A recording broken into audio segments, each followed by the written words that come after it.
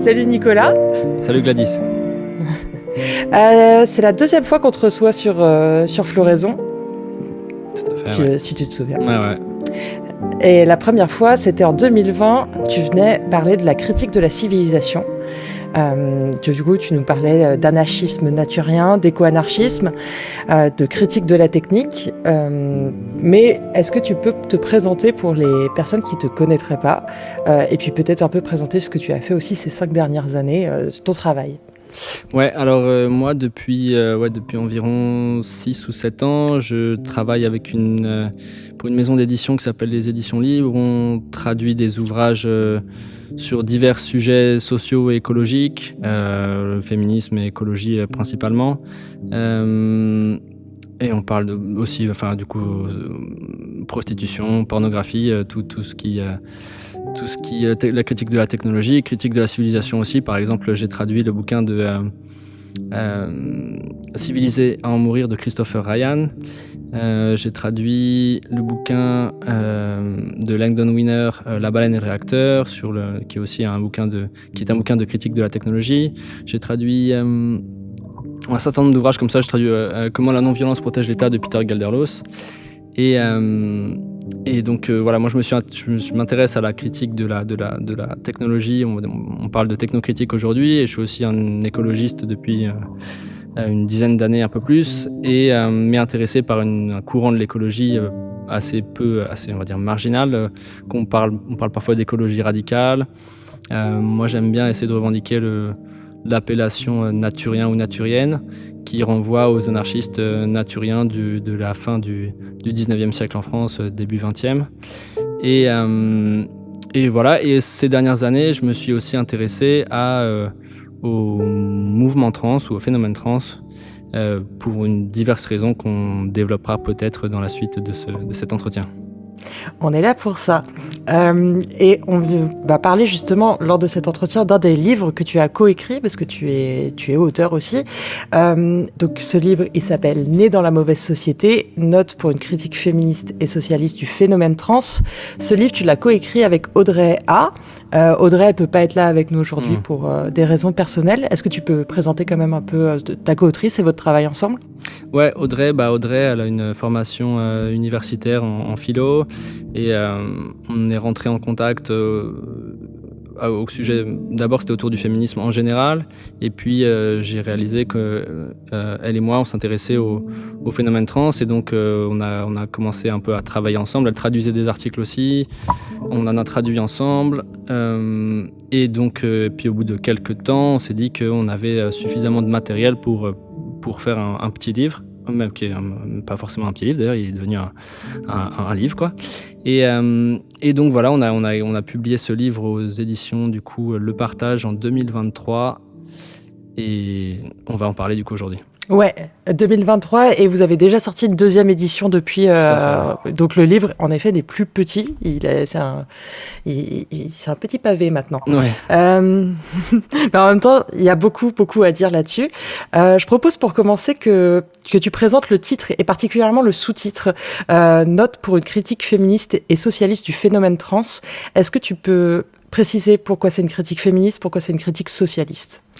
On a tenu à choisir on a choisi un tel titre parce qu'on voulait tout de suite annoncer la couleur et distinguer la critique que nous on formule de ce phénomène des critiques qu'on peut entendre et qui émanent de la droite ou de l'extrême droite. On voulait montrer que en fait il y a de très bonnes raisons quand on se dit de gauche, féministe ou socialiste, de critiquer le phénomène trans parce qu'il pose problème à un certain nombre de niveaux. Et du coup, avec un titre comme ça, voilà, on voulait vraiment annoncer la couleur, et le sous-titre comme ça, il fait bien le travail, et on va pouvoir le découvrir. Tout à fait. Pour commencer, moi j'avais envie de repartir un peu de l'autre côté, du côté de la parole des militants queer et militants trans, et voir quel est le discours aujourd'hui en fait sur le phénomène trans, tel que les gens en parlent aujourd'hui. Et visiblement YouTube avait envie de me soutenir dans cette démarche et m'a suggéré une vidéo d'une vidéaste que je ne connaissais pas, qui est sortie, donc une vidéo en juin 2025. La vidéaste Elle s'appelle Melody Weasley, donc comme son nom l'indique, enfin son pseudo l'indique, elle fait principalement des vidéos sur Harry Potter à la base, sur le monde d'Harry Potter. Donc on voit déjà le lien. Du coup, elle veut prendre position et elle fait une vidéo qui a déjà été vue 25 000 fois là en 2 mois. Et qui continue à être bien vue, et sa vidéo s'appelle Radicalisation, transphobie et politique, le cas de J.K. Rowling. Donc dans ces 50 minutes, elle va principalement parler de la transphobie qu'elle impute à J.K. Rowling, mais ce qui est intéressant, c'est que évidemment, pour contextualiser, elle commence par un résumé rapide de ce qu'est la transidentité, de ce qu'est le genre. Et du coup, je te propose de te transmettre un peu ce résumé là, et après on le commente ensemble, parce que ça condense un peu tous les éléments de langage qu'on va retrouver en face. Donc elle commence en disant donc le genre, il y a le sexe et le genre. Donc le sexe, c'est ce qui est en gros affilié au corps. Le genre, c'est ce qui est lié à l'identité. Je vous l'accorde, c'est moins palpable que ce qui est physique, mais c'est là. Il y a 3 genres, le genre féminin, le genre masculin et le genre non binaire. Être cisgenre, c'est une personne qui n'est pas d'accord avec son genre assigné à sa naissance. Elle-même se considère femme cisgenre, car elle est née femme et se ressent femme. Une personne transgenre, c'est quand la personne n'est pas d'accord avec le genre assigné à sa naissance.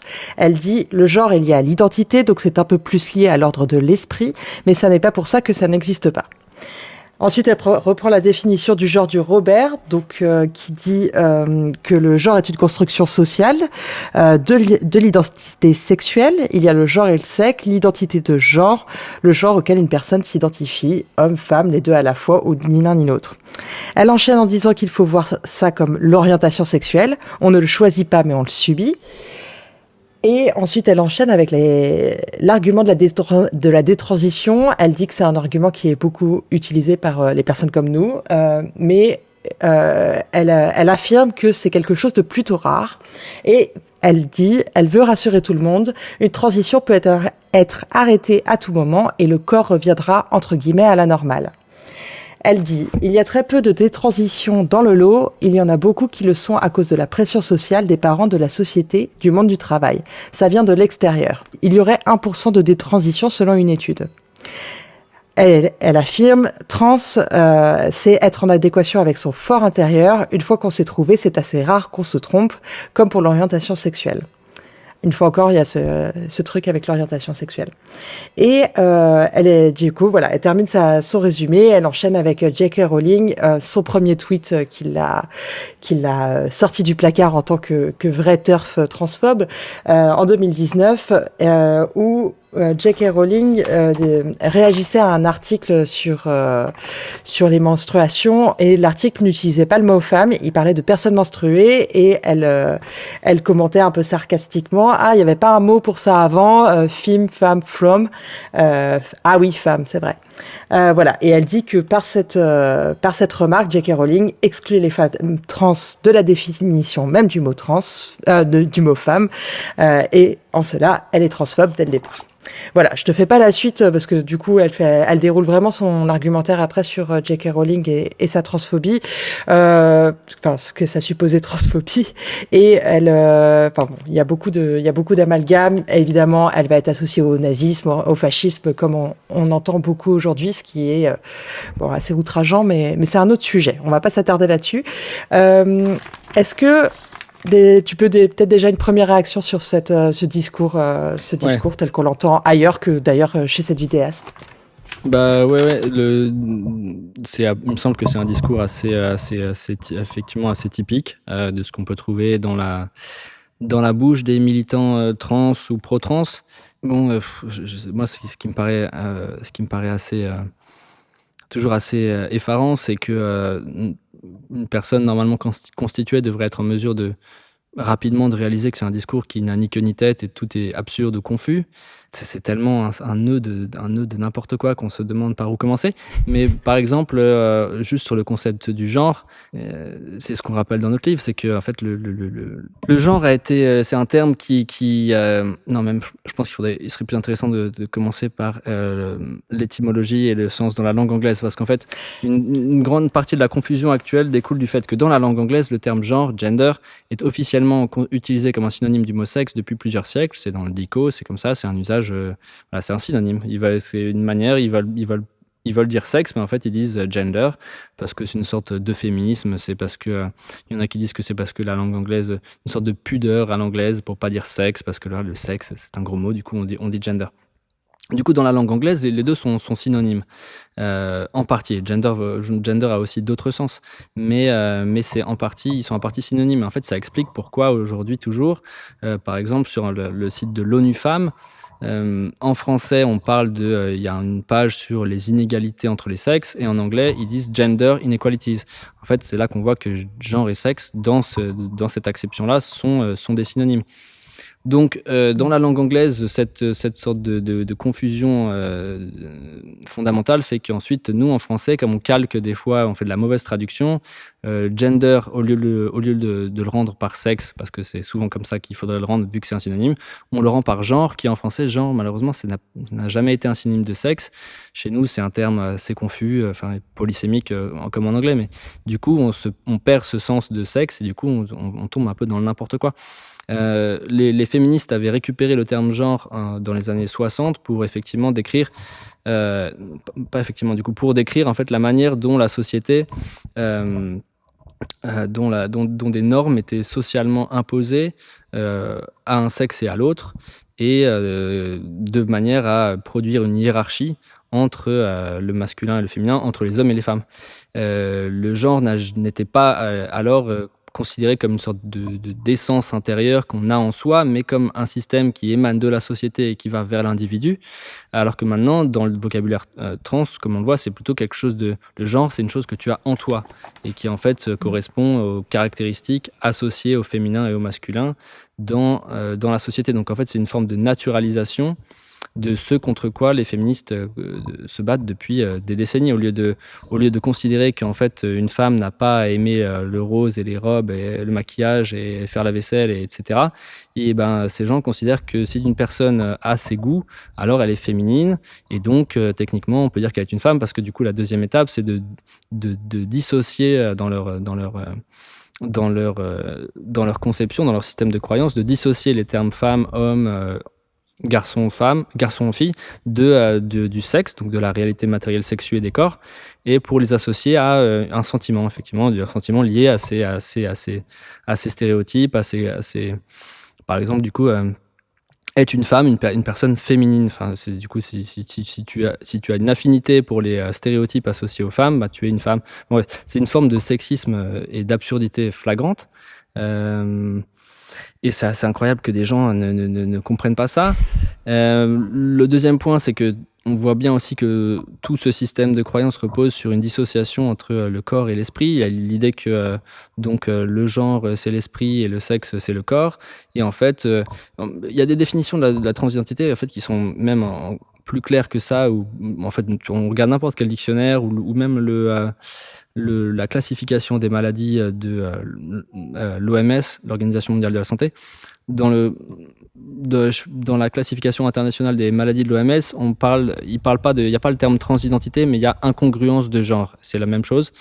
Au final, c'est un terme médical un peu plus sophistiqué, mais ça désigne la même chose. Et c'est l'idée que, en fait, l'idée est assez claire, c'est incongruence. On voit que, en fait, il y a une sorte de discordance dans la définition de transidentité, dans des définitions très courantes. Il y a transidentité quand il y a inadéquation, c'est le terme employé, inadéquation entre, ou des fois c'est incompatibilité, non, c'est inadéquation, entre l'identité de genre d'une personne et son corps. Et donc en fait, toutes ces idées reposent donc sur l'idée selon laquelle il peut y avoir une sorte de discordance ou d'inadéquation entre le corps et l'esprit, comme si du coup on pouvait avoir un esprit qui était arrivé dans un corps qui ne lui convenait pas, et donc il y a un problème auquel il faut remédier. C'est ce qu'on appelle du coup, et donc il y a transidentité. Et donc après, on peut proposer à la personne de suivre un parcours d'hormonisation, ensuite de chirurgie, pour mettre en conformité. Il y a des personnes qui se disent trans qui emploient ces termes, hein. Je pense à Bruno Denaes, devenu Béatrice. Il en parle comme ça dans son bouquin. Il dit qu'en fait, il a mis son corps en conformité avec son esprit, et que du coup, voilà, que c'est comme ça qu'il a trouvé selon lui la paix, ou je sais pas quoi. Mais donc voilà, il y a cette idée que il peut y avoir donc il y a une dissociation entre le corps et l'esprit, et l'idée que l'esprit et le corps peuvent être en conflit en fait, et qu'il y a une sorte d'erreur du coup, et à laquelle il faut remédier merveilleusement grâce à la technologie et au capitalisme biomédical, qui est gentiment là pour aider les révolutionnaires transidentitaires.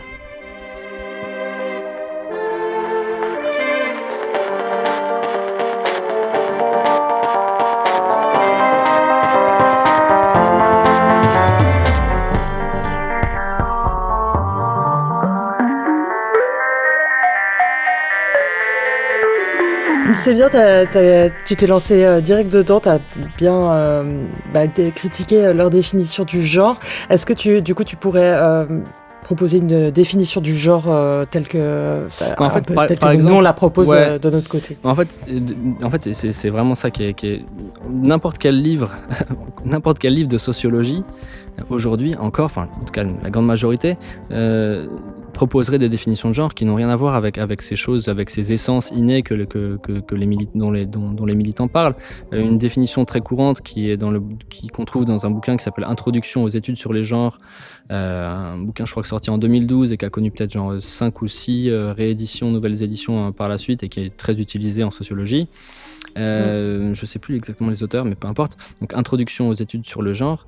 La définition proposée, c'est que le genre est un système de bicatégorisation hiérarchisée entre les sexes, hommes-femmes, et entre les valeurs et représentations qui leur sont associées, masculin-féminin. Voilà, nous, dans notre livre, on propose d'autres définitions, mais une de Christine Delphi, une de Jeffreys, Sheila Jeffreys, exact. Et ça revient au même, c'est grosso modo, c'est la même idée, c'est que le genre, c'est un système qui instaure une hiérarchie entre les sexes, entre les hommes et les femmes, donc qui place les hommes au sommet de cette hiérarchie, et par le biais de l'assignation de stéréotypes aux hommes, et de stéréotypes et de rôles et d'attributs aux hommes et aux femmes, en fonction de leur sexe. Donc Jeffreys, il me semble qu'elle a cette phrase qui dit qu'en gros le genre c'est le système qui attribue des talons aux femmes et des hauts salaires aux hommes. Oui, je l'ai noté, cette citation-là. Le genre fournit le cadre et la justification de la domination masculine. Je trouve que ça résume un peu tout, ça résume ce qu'est le genre concrètement.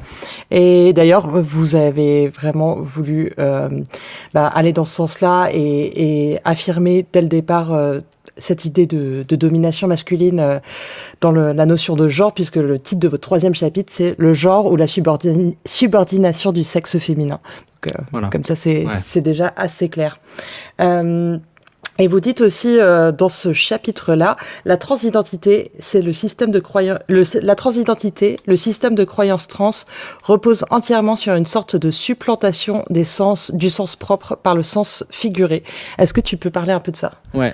En fait, il y a ce paradoxe qu'on pourrait souligner à gauche, par exemple, si lorsqu'une personne ou lorsqu'un homme traite un autre homme de femmelette ou de fillette, ou lui dit tu te comportes comme une femme, la plupart des gens de gauche un peu éduqués ou sensibles au féminisme comprendront que c'est du sexisme. Ils se diront voilà, tu traites donc un homme traite un autre homme de femme ou de machin parce que l'autre homme a fait preuve de sensibilité ou parce qu'il a pleuré ou parce qu'il a fait quelque chose qui ne correspond pas aux normes de la masculinité. Donc la plupart des gens de gauche comprendraient que cet usage, qu'il est sexiste et absurde de qualifier cet autre homme de femme juste parce qu'il ne s'est pas comporté comme Rambo. Et pourtant, lorsqu'un homme se dit femme, pour les mêmes raisons en fait, techniquement, parce qu'il se retrouve dans les stéréotypes associés au féminin, mais qui se dit femme trans, là tout d'un coup c'est plus du sexisme, c'est génial, c'est glorieux, il faut le célébrer. Et en fait, du coup, c'est ça, nous, qu'on explique, c'est que quand un homme traite un autre homme de femme parce qu'il se comporte de manière culturellement jugée féminine, il emploie le terme femme dans un sens figuré, qui n'est pas dans un sens, du coup, où femme ne désigne pas une personne de sexe féminin, mais des stéréotypes que la culture dans laquelle on vit associe aux femmes. Donc c'est un sens figuratif. Et le problème, parce que le sens propre du terme femme, c'est une personne adulte de sexe féminin.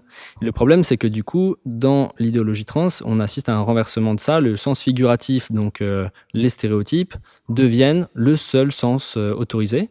Et le sens propre, personne de sexe féminin, disparaît et en fait nié ou rejeté ou invalidé d'une manière ou d'une autre. Et c'est là qu'on rentre dans un domaine qu'on appelle, que des féministes comme Jane Claire Jones, la féministe britannique, parlent de négation du sexe, en fait, parce que oui, le phénomène trans repose, en tout cas discursivement, sur l'idée que des fois, le sexe, la réalité du sexe, la réalité binaire du sexe dérange, du coup, dérange beaucoup le mouvement trans, parce que lui, il a besoin d'effacer ça, puisque le sexe ne doit pas compter, seul doit compter l'identité de genre. Et du coup, alors on a ce truc où le sens propre qui renvoie au sexe disparaît et doit être plus ou moins nié confusément. Du coup, c'est pour ça qu'on assiste à ce truc comme quoi, ce discours qui prétend qu'il existe autant de sexes que d'individus, ou que le sexe est un spectre, que le sexe n'est pas binaire, ou que le sexe, voire que le sexe est une pure construction sociale, une invention des colons blancs, etc., des mâles. Enfin bon, tout ce discours qui vise à nier la réalité du sexe. Complètement. Et d'ailleurs, j'aimerais enchaîner sur l'argument suivant du coup de la vidéaste où elle dit moi je suis cisgenre parce que je me ressens femme, personne transgenre se ressent du genre opposé. Est-ce que tu peux expliquer pourquoi ces mots idiot. sont idiots? On peut le dire comme ça. Parce qu'en fait c'est idiot et c'est irrespectueux, parce que femme, très clairement, du coup femme, elle dit que femme c'est un sentiment, c'est quelque chose que l'on ressent, du coup on ne sait pas trop quoi, mais donc femme ne renvoie pas à une réalité matérielle, au corps sexué, ça renvoie à un sentiment, le sentiment. Et genre, c'est pas plus sensé que de dire je me sens homo sapiens, ou je me sens pas homo sapiens, je suis un homo sapiens, je suis pas une girafe ou un hérisson. Et donc de la même manière, être un être humain n'est pas un sentiment, c'est une réalité physique. Et être une femme et être un homme, c'est pareil. Et donc après, si ces gens prétendent redéfinir les termes et imposer leur redéfinition des termes à la société dans son ensemble. Bon, parfois, effectivement, dans la langue française, il y a des termes dont le sens est discutable. On peut le remettre en question. On peut collectivement ensuite parvenir à un accord sur ok, on rejette ce terme, on change le sens. Mais il n'y a aucune... Déjà, il n'y a pas de discussion. Quand nous, on essaie de discuter, on dit il n'y a pas de discussion, mais il n'y a aucune... et on aimerait bien en discuter, mais on ne voit aucune raison logique de vouloir changer le sens du terme femme, qui renvoie à une réalité qui existe toujours, qui n'a pas... aucune bonne raison n'est avancée dans le camp d'en face pour nous expliquer pourquoi il faudrait arrêter de désigner les personnes de sexe féminin, d'arrêter de désigner le sexe féminin avec le mot femme. Donc tout ça est juste ridicule, et jusqu'à preuve du contraire, en attendant qu'on nous propose un argumentaire logique, cohérent, expliquant que femme est un sentiment et pas une réalité, on objecte, on dit non, vous dites n'importe quoi, et femme c'est une réalité physique, et tu peux pas te sentir femme, de même que tu peux pas te sentir être humain, girafe, chien, chat, ou peu importe, c'est pas des sentiments, et c'est juste tellement absurde. L'absurdité, elle se remarque aussi dans le fait que très souvent, les personnes qui vont dire ça, qui vont tenir ce discours, oui, alors je me sens femme, machin, truc, elles vont tenir ce discours quand il s'agit du sujet trans, mais dans leur vie quotidienne, dans tout le reste du temps, 99% du temps, lorsqu'elles vont employer femme dans un discours, dans un autre, ou dans une conversation entre amis, etc., tout le monde va très bien savoir à quoi ces personnes font référence, et c'est pas à des personnes qui ont le sentiment d'être femmes ou quoi, c'est des femmes, quoi, c'est des personnes qui ont une physiologie du sexe féminin, quoi, qui ont un utérus, qui ont des seins, c'est juste ridicule. Du coup, il y a une sorte de double pensée permanente aussi, double discours discours permanent chez ces gens-là, où d'un côté, lorsqu'on doit discuter du sujet trans, tout d'un coup, femme est un terme étrange, nébuleux, qui signifie plus ou moins rien, plus ou moins tout. Mais le reste du temps, quand on parle d'endométriose, etc., les femmes, en fait, on sait très bien qui c'est, quoi. Mais je voulais rajouter d'ailleurs une chose là-dessus sur cisgenre. Tu l'as dit immédiatement, c'est insultant. Moi, je trouve ça vraiment insultant que de dire que je suis cisgenre. Ça veut dire que je m'identifie à des stéréotypes profondément sexistes. Que être une femme, c'est porter des talons hauts, c'est parler avec une voix aiguë, être particulièrement susceptible. En plus, enfin, c'est souvent vraiment des stéréotypes, négatifs ou très sexualisants et donc voilà, moi je trouve ça vraiment très insultant de dire que je suis cisgenre. Non, je ne me ressens pas femme, évidemment que je ne m'identifie pas à tous ces stéréotypes profondément misogynes. Et je voulais revenir aussi sur quelque chose quand tu dis mais on sait très bien qu'une femme donc c'est une femme, elle a un utérus, elle a des seins. La réplique qu'on nous envoie derrière, c'est mais vous les réduisez aux organes génitaux, vous êtes essentialiste. Est-ce que tu peux commenter un peu là-dessus?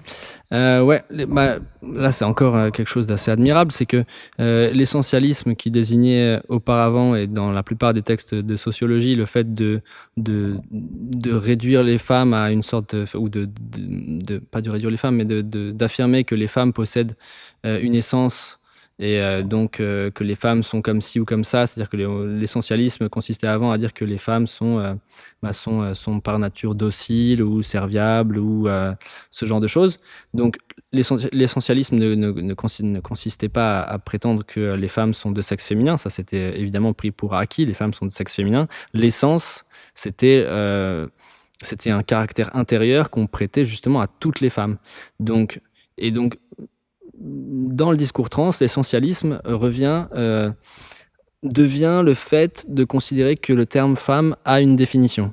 À partir du moment où tu dis que le terme femme a une définition et qu'il renvoie à quelque chose, on va te dire que tu es essentialiste. Par exemple, si tu dis que femme, c'est une femme, c'est une personne adulte, un être humain adulte de sexe féminin, on va dire que c'est de l'essentialisme, parce que en fait, c'est un peu confus. C'est la manière dont le discours trans se comporte face à ça est très confus. C'est-à-dire qu'en gros, on va te reprocher de limiter l'emploi du terme femme. C'est-à-dire on va te reprocher le fait de dire oui, du coup, les femmes, c'est ce groupe de personnes et c'est pas ces autres personnes. Donc, en fait, on va, en quelque sorte, nous, c'est ce qu'on dit dans le livre, c'est qu'en fait, du coup, le fait même de définir, d'avoir des définitions pour un terme est appelé essentialisme et du coup mal vu, considéré comme un problème, une chose qu'il ne faut pas faire.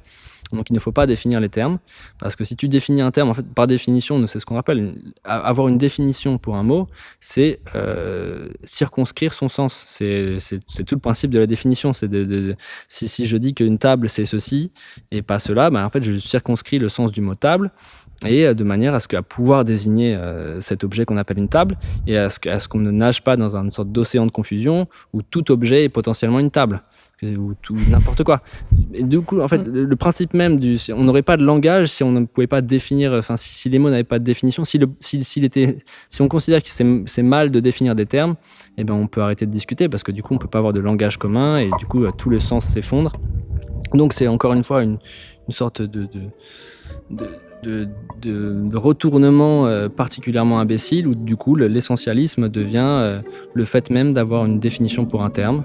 Que dire de plus? Je ne sais pas, c'est évidemment absurde.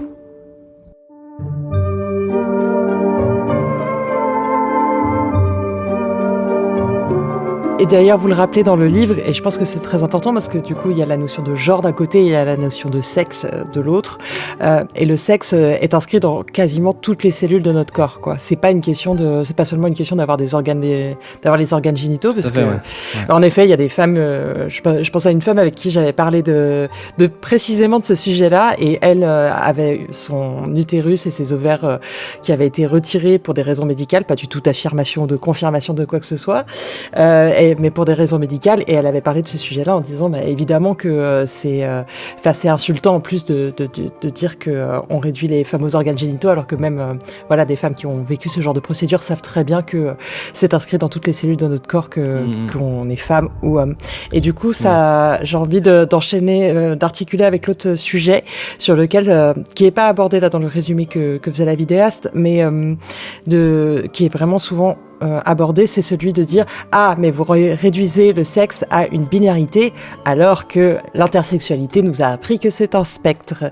Est-ce que tu peux nous parler de ça? Ouais, la première chose à dire, il me semble, à ce sujet, c'est que en fait déjà le fait même qu'on en arrive à devoir discuter de ce que sont les intersexuations ou les troubles du développement sexuel, c'est déjà c'est ce fait qui est problématique, dans le sens où c'est une les militants pro-trans instrumentalisent l'existence et les combats des personnes intersexes à leur propre profit, parce qu'en fait c'est étonnant c'est pas étonnant, c'est justement assez significatif que lorsqu'on discute de ça avec des gens, on se rend compte que effectivement la plupart des gens, quand on discute du sujet trans avec eux, ils vont à un moment ou à un autre parler d'intersexuation. Parce que en fait, les deux ont réussi à être liés dans l'esprit des gens. Les militants trans ont fait un bon travail à ce niveau-là, alors que techniquement, la transidentité et l'intersexuation sont deux choses tout à fait différentes. L'une n'implique pas l'autre. Du coup, il n'y a pas de raison normalement de devoir discuter de ces deux sujets en même temps, parce qu'ils sont juste distincts. Alors on en arrive à devoir discuter de ces sujets en même temps parce que les gens confondent transidentité et intersexuation. Beaucoup de gens pensent que en fait, être intersexe, c'est comme être trans. Donc on nage un peu dans une confusion, alors qu'en fait du coup c'est pas la même chose. Mais bon, pour les besoins du discours trans, comme j'ai essayé de le soutenir un peu avant, il faut nier l'existence du sexe. En tout cas, si on ne peut pas nier l'existence du sexe, il faut nier son caractère binaire. C'est déjà bien, parce que ça fournit suffisamment de confusion. Et du coup, on prend effectivement ces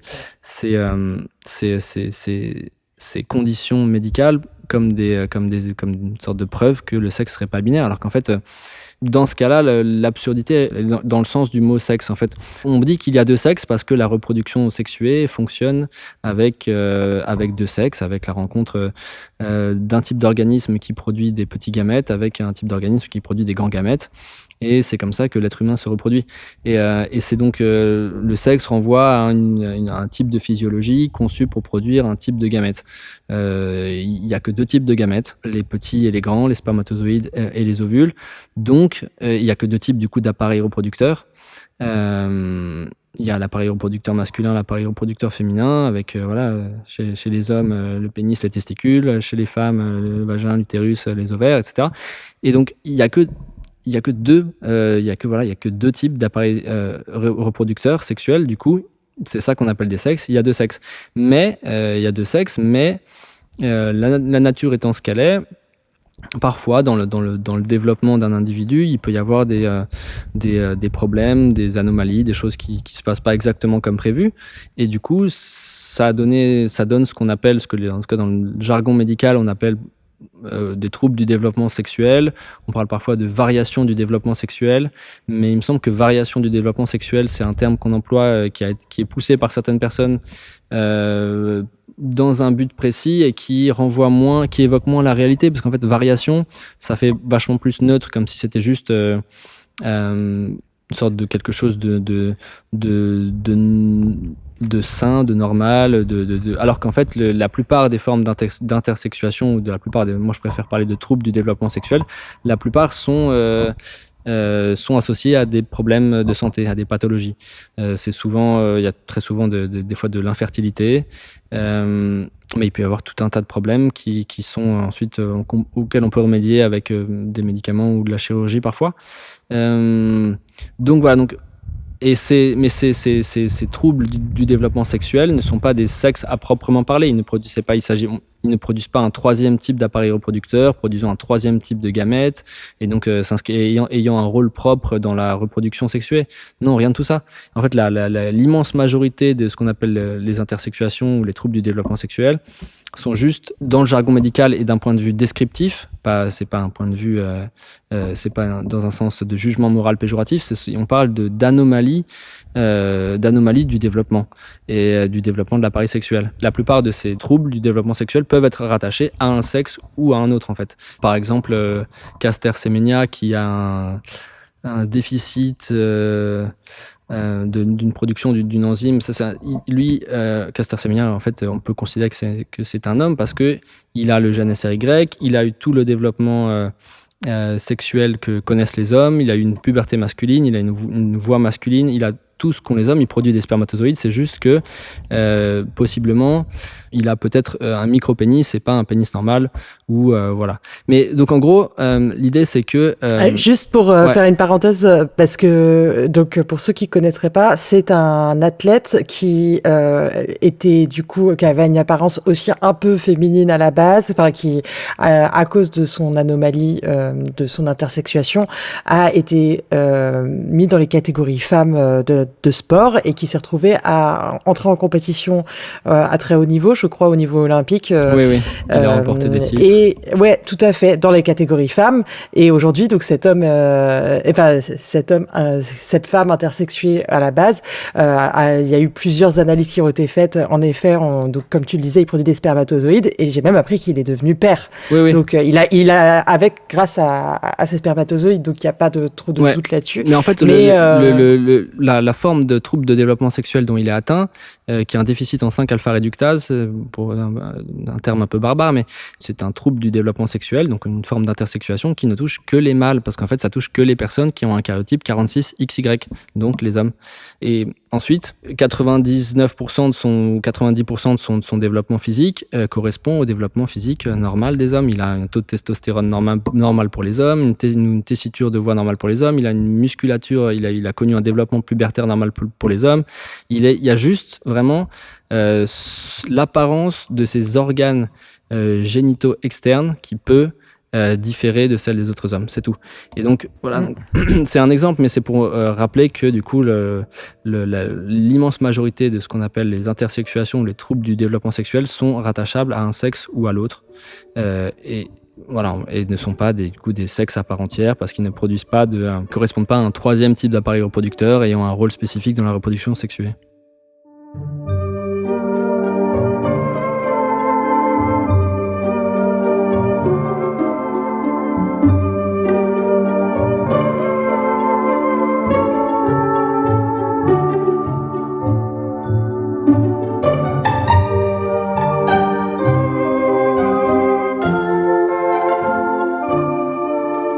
Je voulais enchaîner avec un argument qu'elle a répété 2 fois, Melody Weasley, dans sa présentation de ce qu'est la transidentité. Elle dit, c'est comme l'orientation sexuelle, c'est quelque chose qu'on subit. Cet argument, moi, je l'ai beaucoup entendu quand je suis entrée en débat avec des personnes sur ce sujet. Et c'est vrai que il prend un peu de cours quand on l'entend pour la première fois, parce qu'on se dit, bah oui, en fait, c'est pareil, c'est impalpable, c'est que ça vient du même endroit, donc là sans doute que peut-être je fais fausse route sur cette critique du genre, puisque finalement c'est comme l'orientation sexuelle, et si je critique l'orientation sexuelle, peut-être que je suis homophobe aussi. Enfin, du coup on se fait, voilà, ça amène un peu de confusion. Pourtant vous, c'est un point que vous abordez aussi dans le livre, l'orientation sexuelle, c'est pas la même chose que de se ressentir du genre opposé.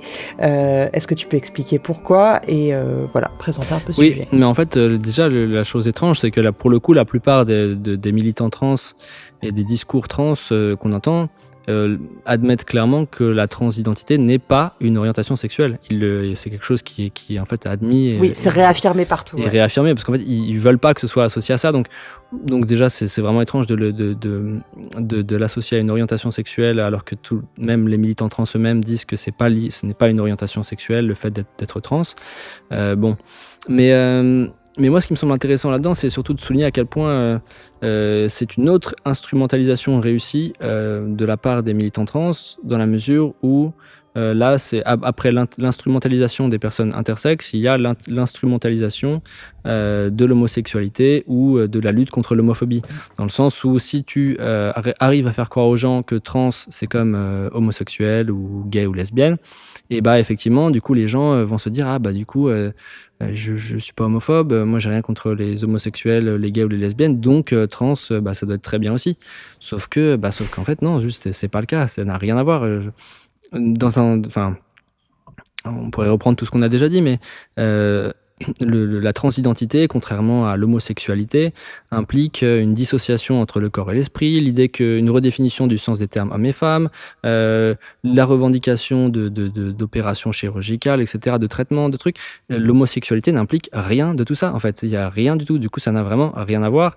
Et même, en fait, il faut même pousser l'analyse plus loin, dans le sens où le système de croyance trans, la transidentité, a pour effet de convertir des jeunes hommes homosexuels en femmes trans hétérosexuelles et des jeunes femmes lesbiennes en hommes trans hétérosexuels. Du coup, en fait, de manière assez frappante, on voit que le phénomène, en fait, parce qu'en fait, il y a plusieurs statistiques indiquent que une grande majorité ou une majorité des jeunes qui se déclarent trans, il me semble que la stat vient du Royaume-Uni, mais je pense qu'elle vaut pour ailleurs aussi, ou peut-être des USA. Mais donc une grande majorité des jeunes qui se déclarent trans sont en fait homosexuels.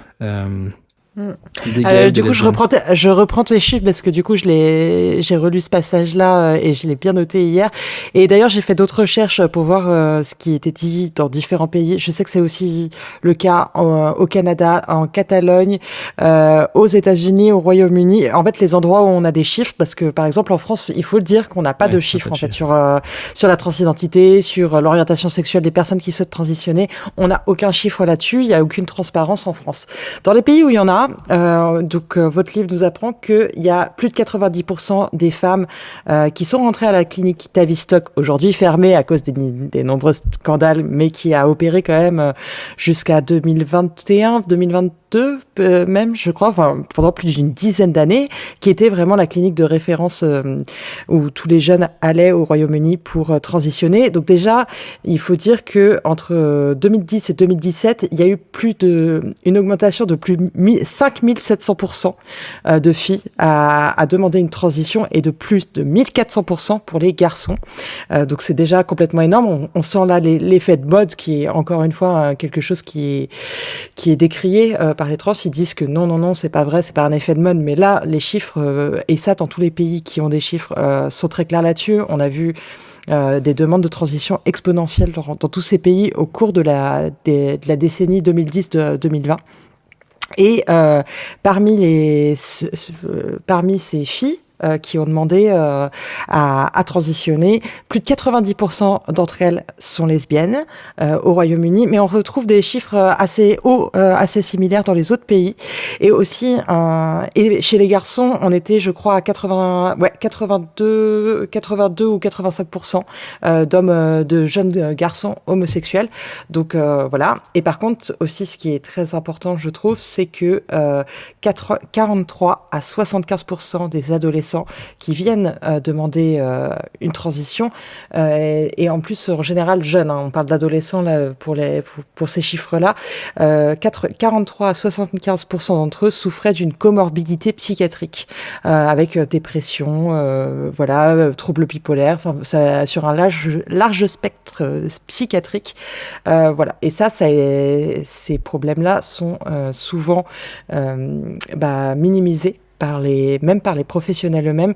Et pour ça, j'invite d'ailleurs à écouter les différents épisodes de Rebelles du genre qui a interviewé des personnes, notamment des personnes qui ont des femmes qui ont détransitionné et qui témoignent de la facilité avec laquelle elles ont eu accès à la transition médicale, alors que leur état psychologique leur avait pas du tout été diagnostiqué, pris en charge. Voilà. Oui, et les épisodes de Rebelles du genre sont vraiment excellents à conseiller. Ouais. Et oui, donc c'est vraiment aussi un chapitre de votre livre, c'est vraiment sur cette transition des mineurs dont on a aussi parlé déjà sur Floraison pas dans d'autres épisodes, on les relira plus tard.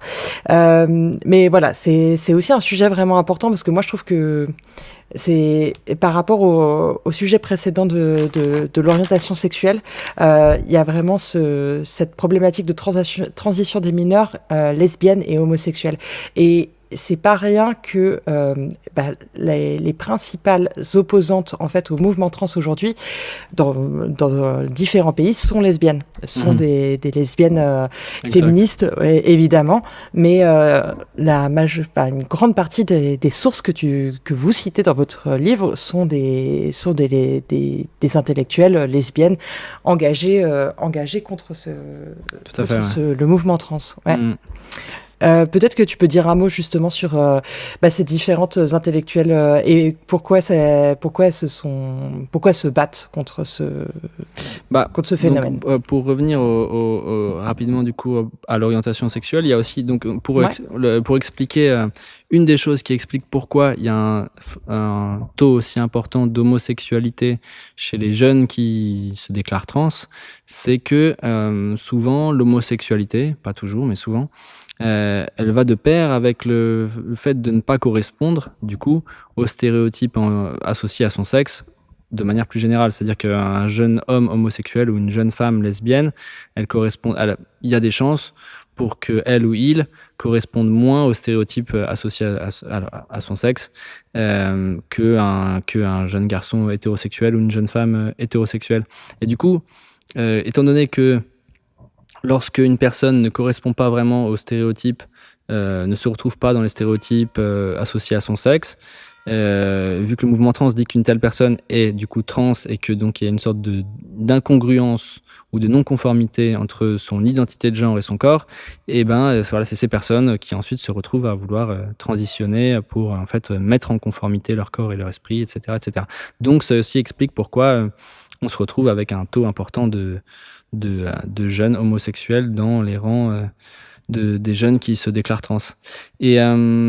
Et donc ça explique aussi pourquoi il y a beaucoup de féministes lesbiennes qui, ayant vu les dégâts que ça pouvait faire, particulièrement du coup sur les femmes lesbiennes et les hommes homosexuels, enfin sur les homosexuels en général, elles se sont inquiétées de ça parce que ça les touchait aussi directement, ça touchait leur propre communauté. Depuis un bout de temps, aux États-Unis, on remarque que, et ça en fait j'en parle un petit peu dans un livre que je sors ce mois-ci aux éditions La Trêve qui s'appelle Ni Jean ni Maître.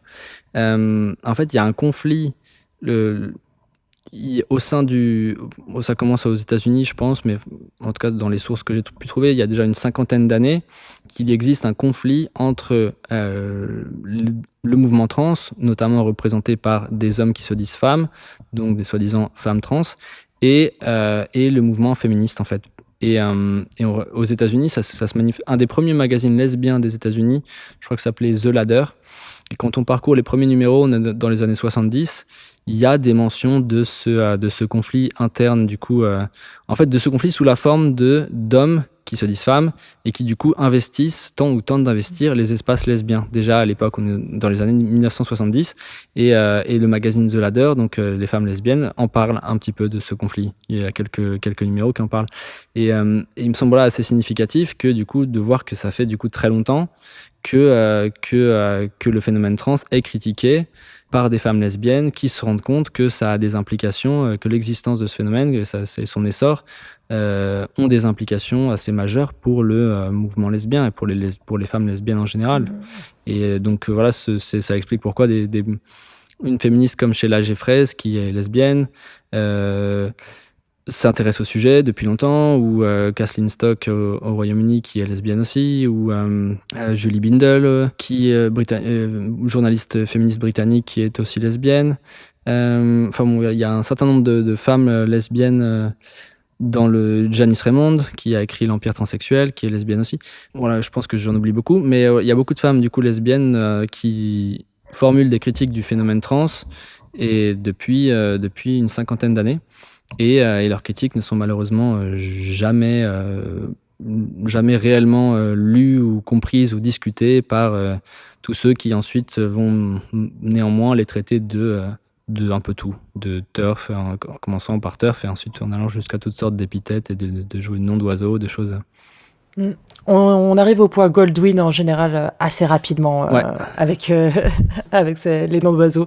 Et ouais, c'est vrai que sur les lesbiennes aussi, vraiment c'est vraiment un sujet que j'ai vu vraiment beaucoup revenir, mais même auprès de femmes que je connais, c'est-à-dire que les femmes vont, des femmes, jeunes femmes, voire pas que des jeunes femmes, mais souvent les jeunes femmes vont être draguées dans des bars lesbiens, qui sont à la base bar lesbien, mais qui vont devenir un peu bar queer aujourd'hui, parce qu'on n'a plus le droit de se dire bar lesbien, sinon c'est excluant, et qui sont là pour essayer d'avoir un milieu plus accueillant, justement parce que on est dans une société très hétéronormative, très hétérosexuelle, et que c'est pas facile d'être lesbienne et de sortir de cette norme-là.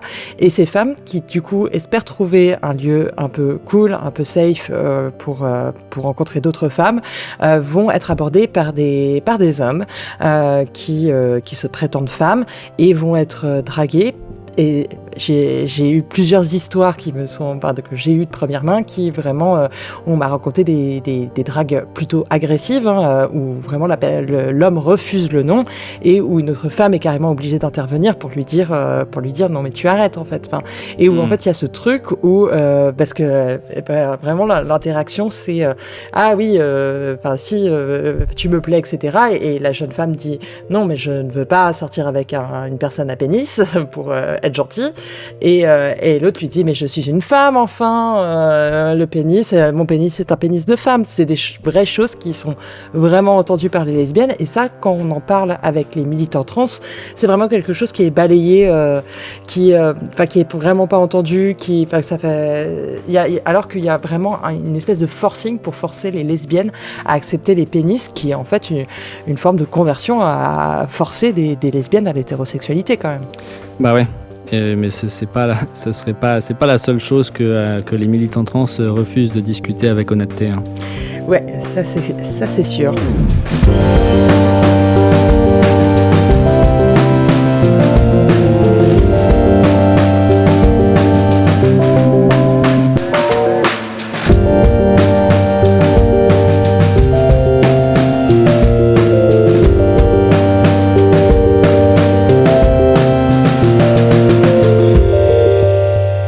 Enchaîner sur un autre sujet qui est abordé dans le résumé qu'on entendait tout à l'heure, c'est le sujet des détransitions. Mélodie Weasley, elle dit que c'est pas un sujet pertinent, c'est pas un argument pertinent contre la transidentité, contre le phénomène trans.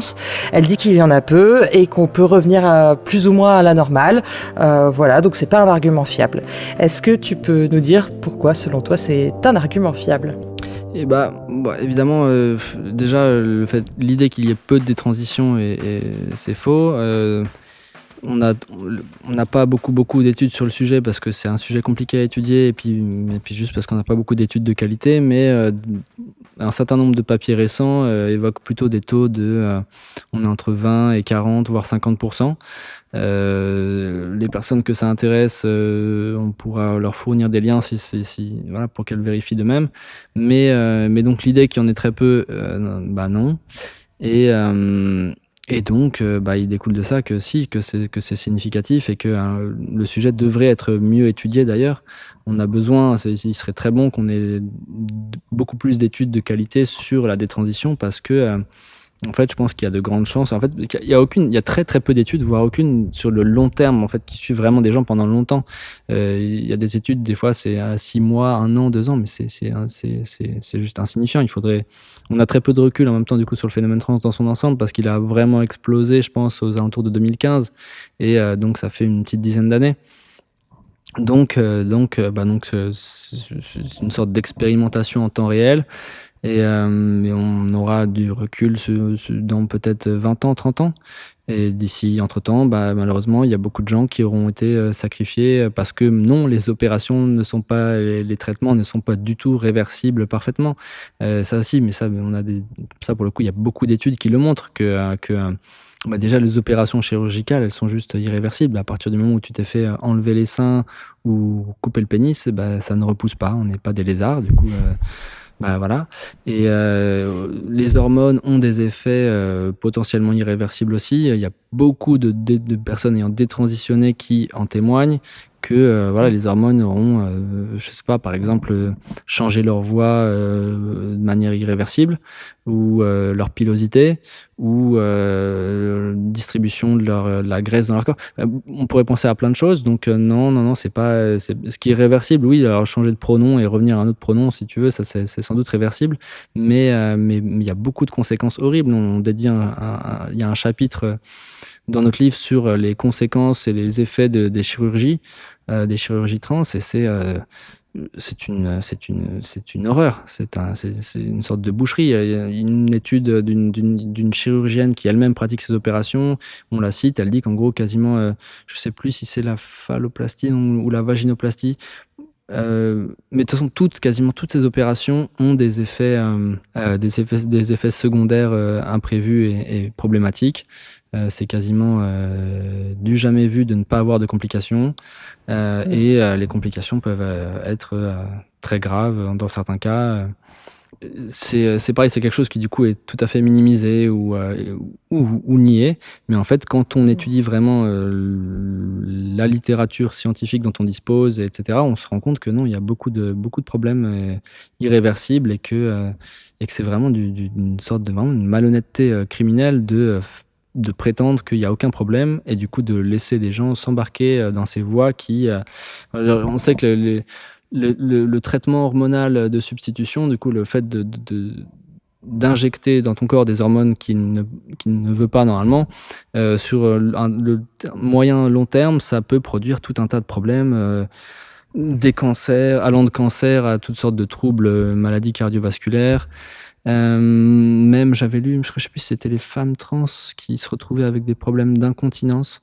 Enfin bon, toutes sortes de choses vraiment horribles. Donc non, c'est juste pas vrai. Et il faut, si on essaie d'être honnête et d'être sérieux, on va voir ce qui existe, la littérature, et on se rend compte que non, c'est pas comme ça. Non, c'est pas comme ça. Même, il y a déjà, donc vraiment sur le sujet des détransitions, il faut vraiment souligner le fait que les études existantes sont quand même pas mal issues de la communauté LGBTIQ+. Et vraiment, c'est la majorité des études aujourd'hui qui existent. Donc déjà, il y a un problème, en fait, parce qu'en fait, à partir du... Ouais, pardon, je te coupe juste parce que c'est même pas, je sais même pas si on peut parler d'études, parce qu'en fait, souvent, les militants trans renvoient à des choses qu'ils appellent études, mais qui en fait sont souvent des sortes de sondages qu'il y a eu en ligne, et des sondages qui en fait ne sont pas, ça n'a pas la solidité, la valeur d'une vraie étude. Leurs sondages sont en général faits en plus avec selon des méthodologies vraiment très douteuses. Donc en fait, vraiment, malheureusement, il faut être méfiant lorsque les militants trans disent des choses, il faut être méfiant et il faut aller vérifier par soi-même, parce qu'ils appellent étude un sondage. Et en même temps, ils appellent femme un homme, etc. Donc bon. Ouais, faut vraiment aller éplucher les sources, parce que c'est assez consternant de malhonnêteté intellectuelle, je trouve. Ouais. Et vraiment, donc pourquoi aussi il y a si peu de chiffres. Donc ces études, elles sont issues principalement de la communauté LGBT, donc des associations, des lobbies, etc. Et en fait, les personnes qui décident de détransitionner, vont évidemment pas prévenir et aller dire au fait coucou, je quitte votre giron, quoi. Et en fait, il y a énormément et d'ailleurs aussi parce que ça s'accompagne très souvent d'un certain rejet, d'une certaine violence, en fait, dans le rejet justement de l'exclusion des personnes qui détransitionnent. Il y a eu plusieurs personnes détrans justement qui témoignent de ça. On avait interviewé Ellie ici à Floraison, mais il y a d'autres témoignages qui circulent. On vous invite à aller les consulter. Et donc voilà, aujourd'hui, on a dire que il y en a peu, c'est pas vrai, et voilà, c'est clairement pas sourcé. Ouais. Voilà sur les détransitions. Enfin, on pourrait en parler longtemps, hein, mais oui, en plus, il faut écouter la parole des concernés, quoi, à un moment. Exact. Alors là, on a fait un peu le tour des principaux points un peu réguliers sur lesquels on va tomber quand on rentre dans une conversation, un débat sur la transidentité, sur le phénomène trans. Je pense que c'est le moment d'aller un peu plus loin et de parler notamment d'autogéniphilie, de porno, de tout ça, et de lien entre transgenrisme et capitalisme aussi, parce que je pense que c'est aussi ce qui va vraiment différencier la critique que vous proposez dans le bouquin et ce qu'on peut poser aussi à floraison de justement ce qui se passe à l'extrême droite, et même si de toute façon ils auraient déjà pas dit, je pense, tout ce qu'on a dit aujourd'hui. Mais voilà, je pense qu'il faut aussi aller un peu plus loin dans vraiment la critique féministe et socialiste, justement, du phénomène trans. Je voudrais commencer avec une des citations qu'on entend aussi souvent, c'est que le droit des personnes trans ne retire rien aux autres, mais élargissent les libertés. Est-ce que tu peux commenter un peu là-dessus ? Ouais. Déjà, mais qu'est-ce que ça veut dire ? C'est assez typique du mouvement trans. Il n'y a pas vraiment d'argumentaire, mais il y a des slogans. Il y a beaucoup de slogans parce que les slogans, c'est pratique pour manipuler les gogos.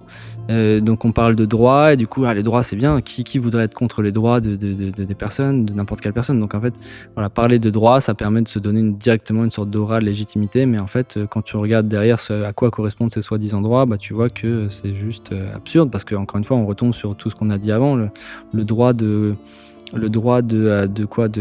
redéfinir le sens de termes fondamentaux comme homme, femme, garçon, fille. C'est pas vraiment un droit. Enfin, c'est quelque chose qu'on devrait discuter socialement et collectivement. Le droit de se faire rembourser ses traitements parce qu'on décide qu'on est une femme parce qu'on correspond aux stéréotypes sexistes associés aux femmes, c'est pas non plus un droit. Le droit d'être quand on est un homme, de se dire femme, et du coup de pénétrer dans tous les espaces et d'avoir accès à tous les services réservés aux femmes, mais c'est pas non plus un droit. Enfin, de quel droit un homme se dirait femme, de quel droit un homme... Bref, on pourrait poser 1,5 milliard de questions sur ce que sont ces fameux droits, et on se rendrait compte que c'est quand même une sacrée esbrouffe, quoi. Mais c'est encore une belle manipulation par contre, de parler de droits et de se contenter d'avoir des slogans comme ça. C'est bien joué, ça en jette pas mal, les slogans comme ça. C'est sûr qu'on a envie d'être pour les droits, on n'est pas méchant. Et au-delà de ça, ça ne retire rien aux autres. Ça ne retire rien aux autres. Bah oui, c'est clair que ça ne retire rien, à part que ça retire aux femmes le droit de disposer d'un terme pour se définir elles-mêmes, pour parler d'elles-mêmes, le droit d'avoir des espaces et des services qui leur sont réservés, le droit de la possibilité même d'avoir un mouvement de lutte pour leurs droits, parce que du coup on ne sait plus qui sont les femmes.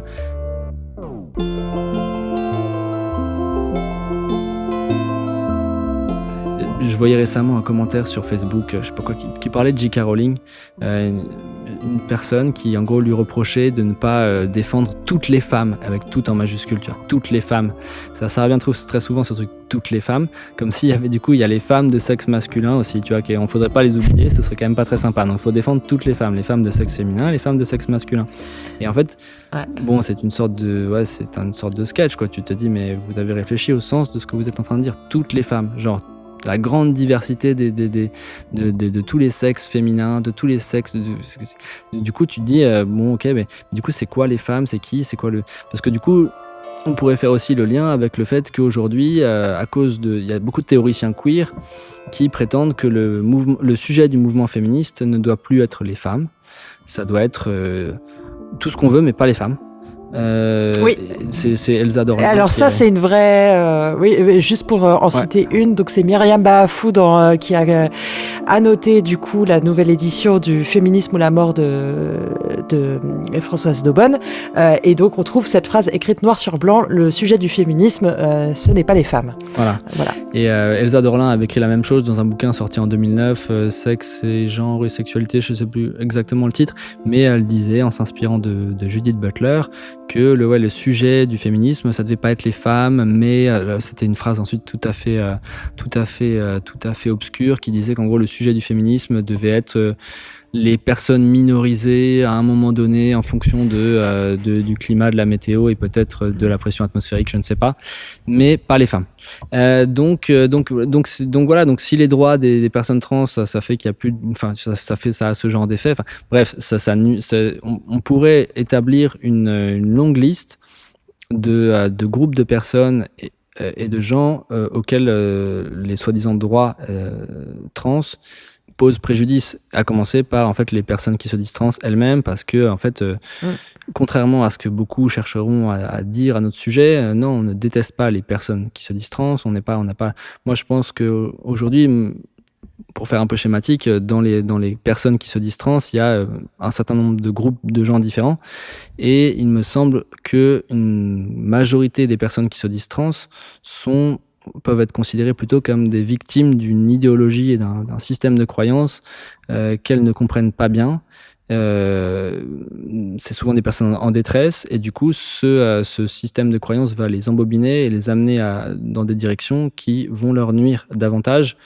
Donc en fait voilà, on peut dire que le phénomène trans est une nuisance à commencer pour beaucoup de gens, et à commencer par les personnes qui se disent trans elles-mêmes, qui en fait malheureusement se font avoir par des charlatans et suivent des voies qui vont leur nuire à elles et nuire aussi à d'autres groupes humains. Ouais, et je pense que vraiment un des exemples parlants, c'est les Rape Crisis Center. Alors on n'a pas vraiment ça en France, c'est pas tout à fait la même chose, mais c'est des centres d'accueil pour femmes. Ouais, c'est des refuges pour femmes victimes de viol. D'ailleurs, c'est pour ça que J.K. Rowling a monté son propre refuge pour femmes victimes de viol et de violences masculines à Édimbourg.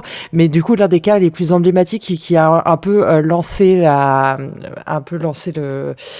le conflit entre les féministes radicales et les trans au début des années 2010, ça a été l'attaque quand même du refuge de Vancouver au Canada. Donc c'est un refuge qui est historique, c'était le premier qui existait au Canada, donc monté par des féministes avec 3 bouts de ficelle, et puis qui au fil des années avait eu davantage de subventions et pouvait accueillir davantage de femmes victimes de violences. Et donc un jour arrive un homme qui s'identifie comme une femme, et elle lui refuse l'accès au centre, puisqu'elle lui explique non, c'est un refuge réservé aux femmes. Elle le laisse pas le bec dans l'eau comme ça, évidemment. Elle l'oriente vers un centre qui peut l'accueillir, où il sera en sécurité, il pourra être pris en charge, etc. Mais elles lui disent tu ne pourras pas ici, ça va pas être possible. Et dans les semaines, je sais pas si c'est dans les jours, dans la semaine qui a suivi, mais le centre a été vandalisé. Il y a notamment un rat qui a été épinglé à leur porte. Enfin voilà, ils ont subi plusieurs dommages matériels, mais ça s'est encore complexifié dans les années suivantes, puisque donc les vandalisations ont continué, mais par contre ce qui a vraiment été important, c'est que il y a eu carrément un groupe de lobby qui s'est fait contre ce centre qui accueille des femmes quand même victimes de violences, et ils ont fait du lobby auprès de la mairie de Vancouver pour leur retirer les subventions, et donc cette association historique s'est retrouvée dépourvue de ces subventions qui représentaient à l'époque 70% de son budget de fonctionnement en plus. Enfin, donc, parce que les militants trans estimaient que cette association ne devait pas exister si elle n'accueillait pas des hommes. Voilà, pour donner un exemple vraiment concret de comment, quand ils disent ça ne retire rien aux autres, là, concrètement, ils ont retiré quelque chose aux autres. Et ça, c'est juste un exemple parmi d'autres.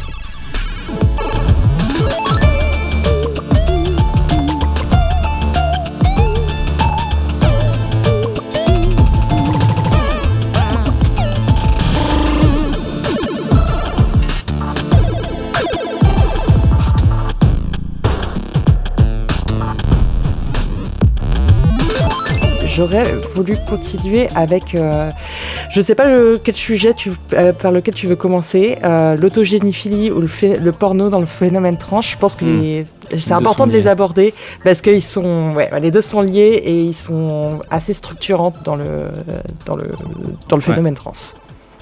Et on peut commencer par, si tu veux, l'autogénéphilie d'abord, parce que de toute façon les deux on va je pense faire des allers-retours entre les deux.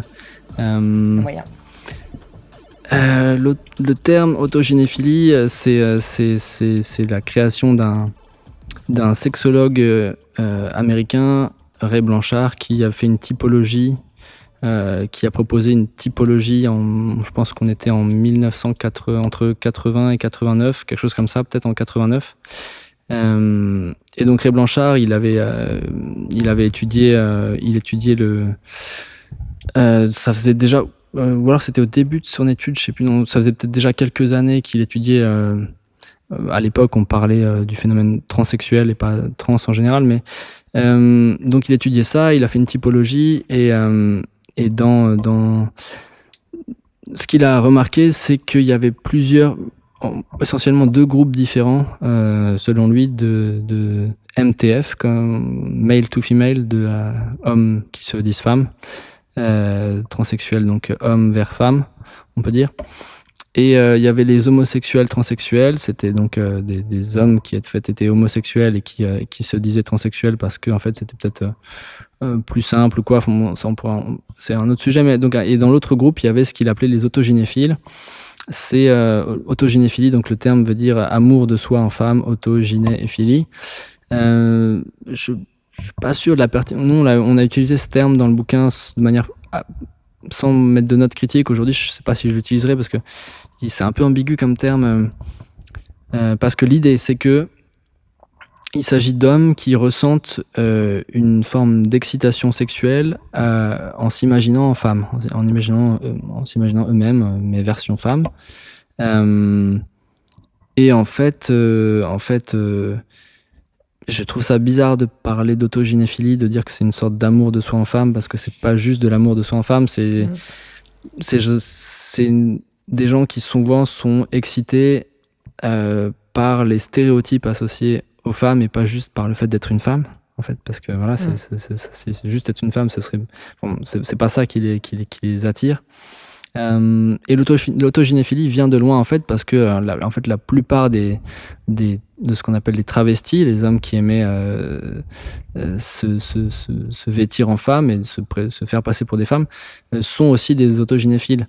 En fait, et moi je trouve ça vraiment un peu essentiel pour comprendre ce qu'est le mouvement trans, de comprendre son histoire, de l'étudier, et en fait c'est ce qu'on l'a fait un peu dans notre bouquin.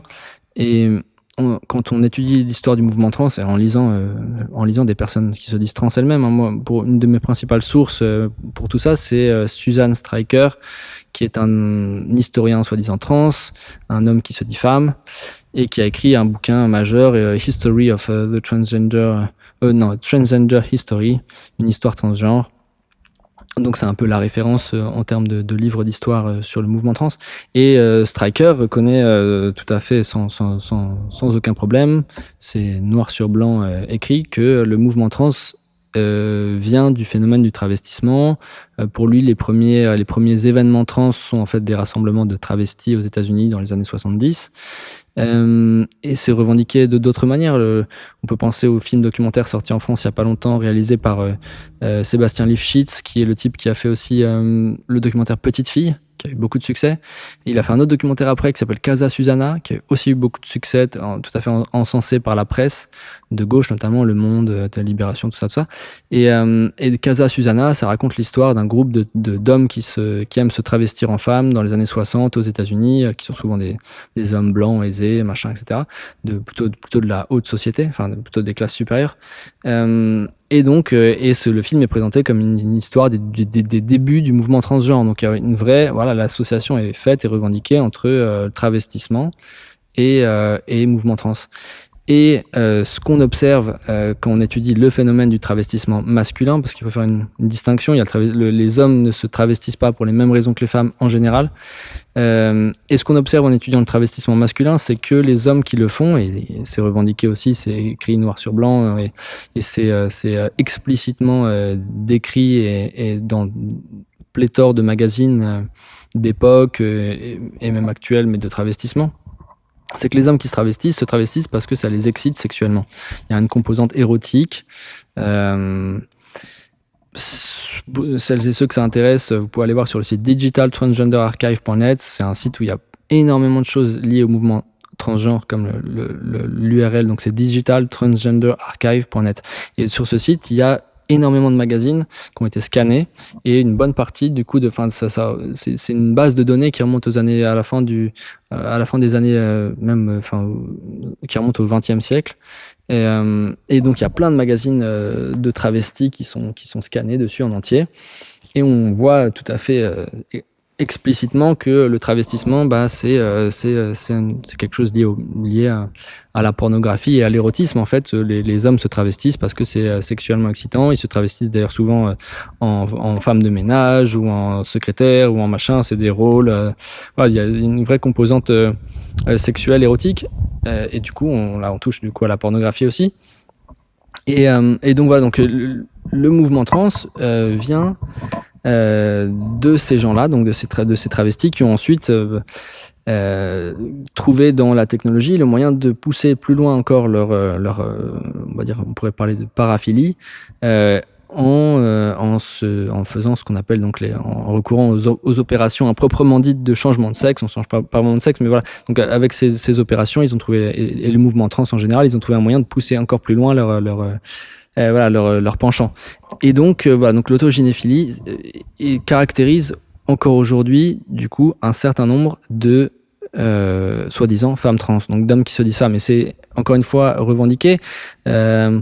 Il y a aux États-Unis un homme qui se dit femme, donc soi-disant femme trans, Anne Lawrence, qui est aussi psychologue, qui a écrit un bouquin sur le sujet pour lequel il a fait un sondage auprès de sa communauté, donc de transsexuels MTF, male to female, et il se trouve il a vu qu'il y avait. Il a fait ça parce qu'il a réalisé qu'il n'était pas du tout seul dans son cas à être autogynéphile, parce que lui se revendique autogynéphile, carrément il le dit, voilà, moi ouais. Et donc dans son bouquin, il propose plein de témoignages d'hommes comme lui, qui se disent aussi autogynéphiles, qui se retrouvent là-dedans et qui font des témoignages très éloquents sur ce que c'est l'autogynéphilie. Et on voit que ces hommes sont érotiquement ou sexuellement excités par plus ou moins tout ce qui peut se rapporter aux femmes, donc, et à la féminité. Des barésies, de tout ce qui est vestimentaire, tout ce qui est maquillage, tout ce qui est voilà, ils sont potentiellement excités par un peu tout, même par des trucs vraiment des fois assez grossiers. Donc l'autogynéphilie, c'est ça, et c'est important aussi à comprendre parce que moi je pense aujourd'hui que le cœur du mouvement trans, ou une bonne partie des mouvements, des militants trans les plus acharnés appartiennent à cette catégorie des autogynéphiles, en tout cas des hommes sexuellement excités à l'idée d'être des femmes. Je pense que là on peut en arriver au porno, parce qu'en fait beaucoup d'hommes qui se disent femmes aujourd'hui revendiquent parfois leur identité de soi-disant femme trans, donc leur transidentité, le fait qu'elle soit en lien avec le porno.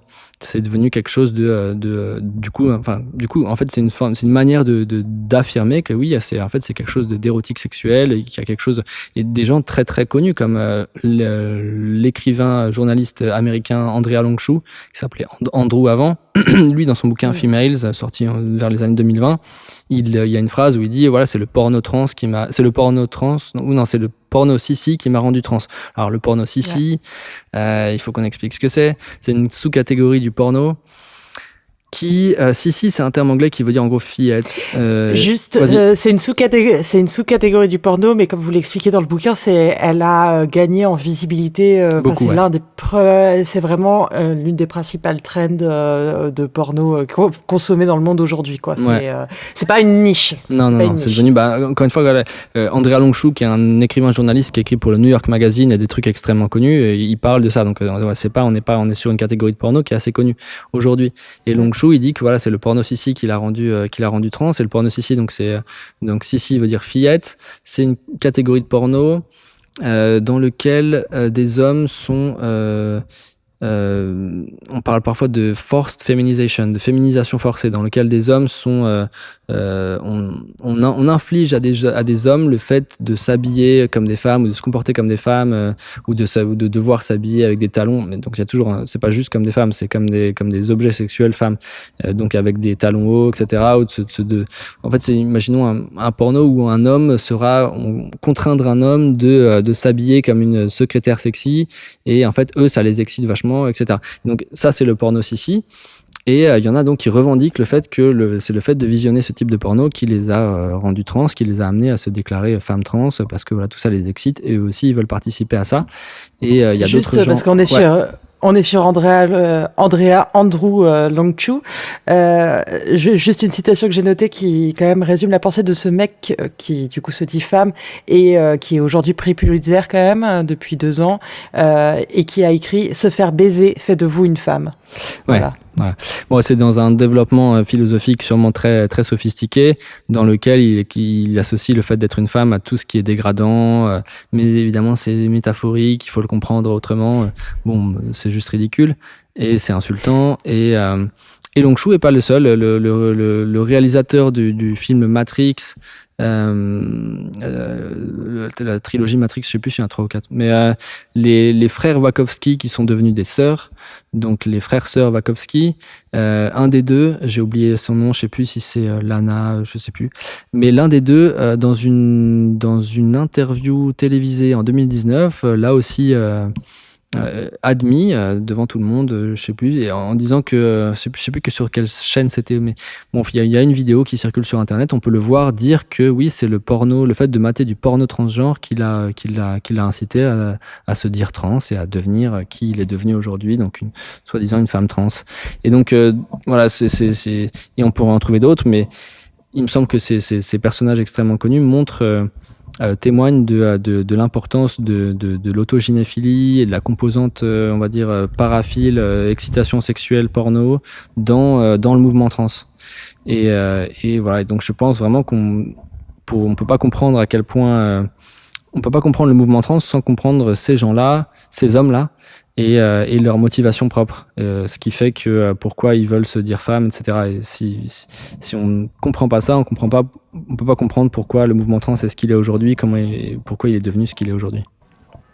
Et moi, ce que je trouve intéressant, c'est que dans ce chapitre sur l'autogynéphilie, vous parlez, donc tu l'as dit tout à l'heure, que tu penses que c'est principalement des autogynéphiles qui sont aujourd'hui un peu les moteurs de ce mouvement trans, et notamment des attaques contre les féministes, comme J.K. Rowling, qui est la figure de proue un peu du mouvement, ouais. Mais d'autres, on est un peu tous derrière, et toutes et tous derrière à malheureusement pas avoir la protection dont bénéficie J.K. Rowling, mais voilà, et tu dis ça c'est un peu eux les moteurs, et dans votre chapitre sur l'autogynéphilie, vous parlez de la colère qu'ils ont contre les femmes, et vous parlez de comment cette colère, c'est parce que ils sont frustrés que les femmes leur disent non.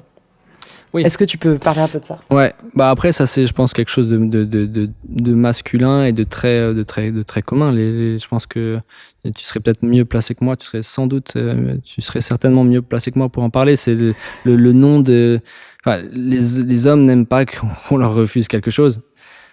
Donc ces gens-là sont des hommes comme les autres au final à ce niveau-là, même s'ils se disent femmes, mais juste ils ont besoin de parvenir à leur fin, et toutes ces femmes qui cherchent qui ont une critique du mouvement trans et qui cherchent à dire que non, ils ne sont pas vraiment des femmes, du coup forcément ils les détestent parce qu'elles refusent de jouer le jeu, elles refusent, elles les empêchent de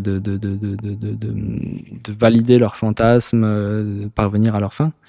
Et mais au-delà de ce caractère masculin assez typique, et peut-être tu voudras en parler, mais juste, il y a un truc qui me semble intéressant, c'est que c'est pas dans le livre, c'est dans un essai que je publie dans le prochain livre, Ni genre ni maître. C'est pas né dans la mauvaise société, mais les militants trans aiment bien prendre dans la généalogie qu'ils aiment se fabriquer. Il y a Magnus Hirschfeld, un sexologue allemand du début du XXe siècle, qui donc soi-disant aurait été la cible des premiers autodafés nazis, et Magnus Hirschfeld, donc ce sexologue allemand, et les militants trans disent que voilà, c'était un pionnier du mouvement trans parce qu'il a en gros parce qu'il travaillait avec des personnes transsexuelles et parce que il appuyait leurs revendications en gros, quoi.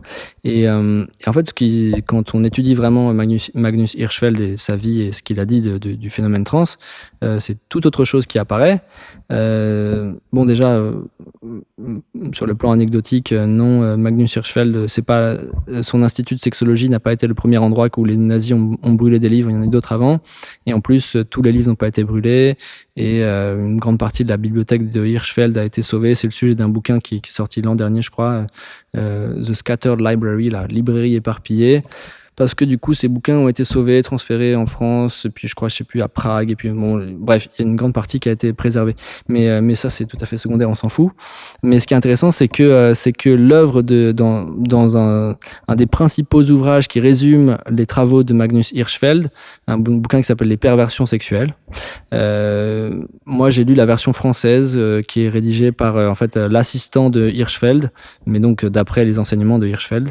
Et ce qui est intéressant, c'est que donc Hirschfeld, il faisait 10 catégories de personnes trans, enfin de transsexuels à l'époque, en fait à l'époque, lui dans le bouquin en français, on parle même le phénomène trans en général, disons, est appelé travestitisme. Bon, il fait 10 catégories de travestis en fait, et dont une ou plusieurs, je sais plus si c'est une ou plusieurs, où il l'a décrit comme une catégorie de gens, et c'est souvent des hommes à l'époque, je crois qu'il le dit d'ailleurs, que c'est une majorité d'hommes, qui souhaitent non seulement changer leur apparence vestimentaire, mais aussi leur apparence physique, l'épiderme de leur corps. Et donc voilà, c'est ça, c'est l'idée que c'est ceux qui veulent faire une opération dite de changement de sexe. Et ce que je trouve assez significatif, c'est pas ça, c'est surtout que Hirschfeld décrit ces personnes, en fait tous les travestis, les 10 catégories de travestis dont il parle, il les décrit comme les personnes les plus égoïstes et imbues d'elles-mêmes et qu'il a jamais vues, les plus quasiment des personnes sans aucune morale, sans aucun scrupule. Il y a des phrases assez terribles où il dit qu'en gros ces gens il a rencontré, parce que lui il avait rencontré plein de types avec toutes sortes de perversions sexuelles, de paraphilie et tout, mais c'est ces gens-là, les travestis, chez lesquels il trouve un désir de parvenir à ses fins qui est inouï, qui est sans équivalent nulle part. Il dit en gros, je paraphrase à peine, il dit que ces gens sont prêts à tout pour parvenir à leur fin, vraiment prêts à tout, et ils ne renonceront devant rien, ils sacrifieront tout et n'importe quoi et n'importe qui pour parvenir à leur fin. Et il le répète plusieurs fois, il y a plusieurs paragraphes où il insiste dessus en disant que ces gens-là, il a jamais vu ça, mais ils sont vraiment, ils sont comme possédés, ils veulent parvenir à leur fin. Et moi, quand j'ai lu ça, je me suis dit c'est vrai que ça me rappelle le comportement de certains militants trans d'aujourd'hui, et ça permet d'expliquer le succès du phénomène trans. Si son moteur c'est des hommes à ce point possédés par une envie de parvenir à leur fin coûte que coûte, on comprend pourquoi au final aujourd'hui il a réussi à s'imposer en bonne partie et à être validé par une bonne partie des médias de masse et des gouvernements des pays occidentaux. C'est que voilà, c'est des gens qui sont extrêmement déterminés, qui s'organisent, on pourrait prendre plein d'exemples. On pourrait parler du milliardaire américain James devenu Jennifer Pritzker. On pourrait parler de Martin devenu Martin Rothblatt, un autre milliardaire américain. Mais on pourrait parler en France sinon de Bruno devenu Béatrice de Naes, qui est un militant trans important et qui était l'ancien alors il avait un poste très important à Radio France, donc Radio France, donc tout le groupe Radio France, donc France Culture, France Inter, tout ça, il avait un poste vraiment très important là-dedans, et donc ces gens-là qui sont bien placés dans certains médias ou qui sont très très riches, ils peuvent fournir une force de lobbying majeure, quoi.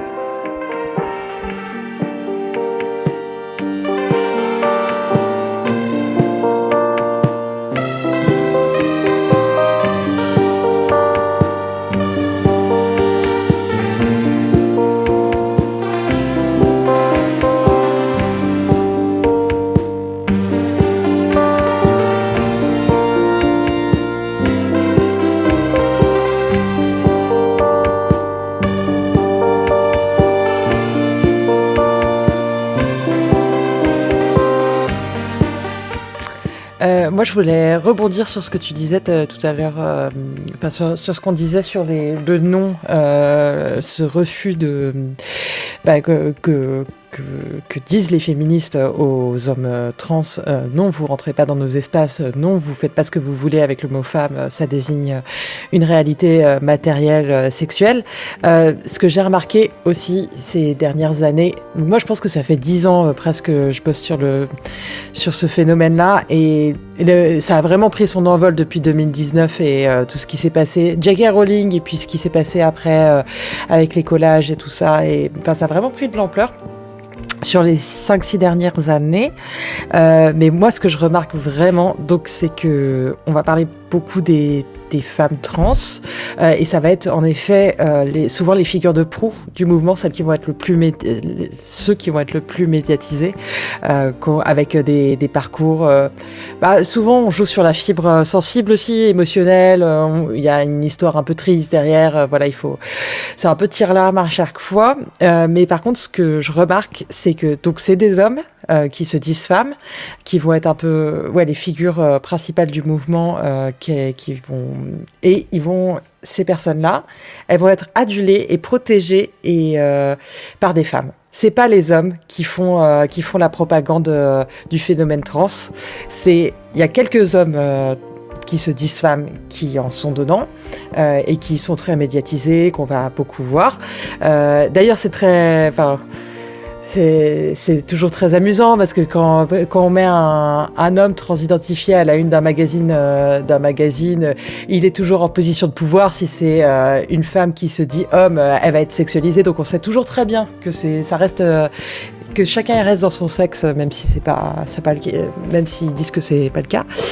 Mais oui, vraiment ce qui me frappe et ce qui montre que le phénomène trans est devenu un phénomène populaire et politique aussi, c'est comment il est défendu par les femmes. Et ça, on voit ça aussi dans le porno ou dans la prostitution, c'est-à-dire à partir du moment où tu parles de prostitution, t'en parles pas avec les hommes, hein. T'en parles jamais avec les hommes de la prostitution, vraiment, tu vois.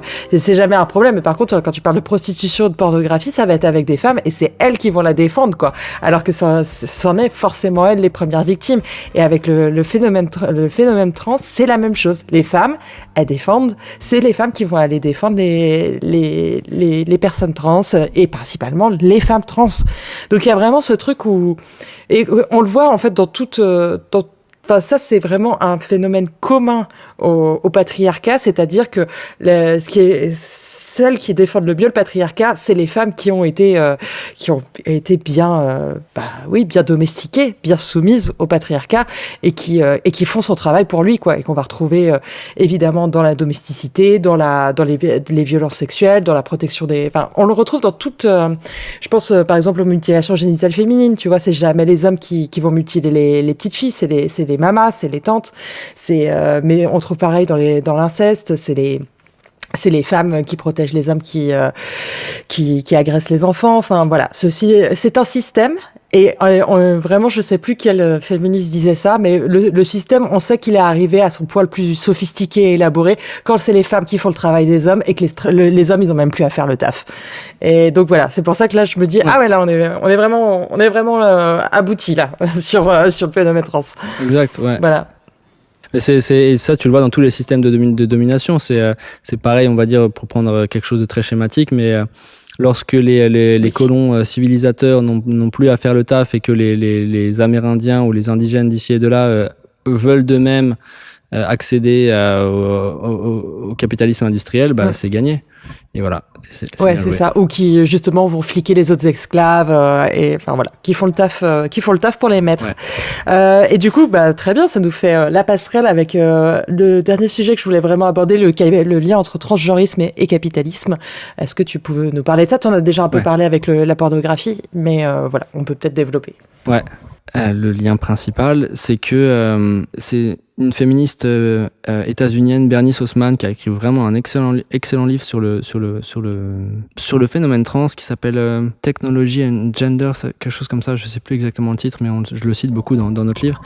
Je le cite et elle avance l'argument, et il me semble assez clair que c'est assez juste, que on passe du travestisme au transgenrisme, disons, ou au transsexualisme d'abord, parce que il y a développement technoscientifique du capitalisme et que au sortir de la Seconde Guerre mondiale, il y a beaucoup d'industries de la chirurgie esthétique, etc., qui se développent beaucoup, et que du coup, il y a tout un imaginaire qui accompagne ça.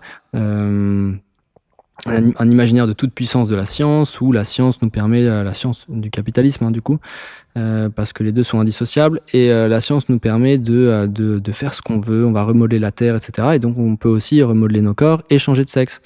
Et donc il y a le capitalisme, en gros, les développements technoscientifiques du capitalisme vont offrir aux travestis autogynéphiles, faute d'un meilleur terme, vont leur offrir la possibilité de pousser leurs ambitions encore plus loin et d'avoir accès à des technologies et des industries qui vont leur permettre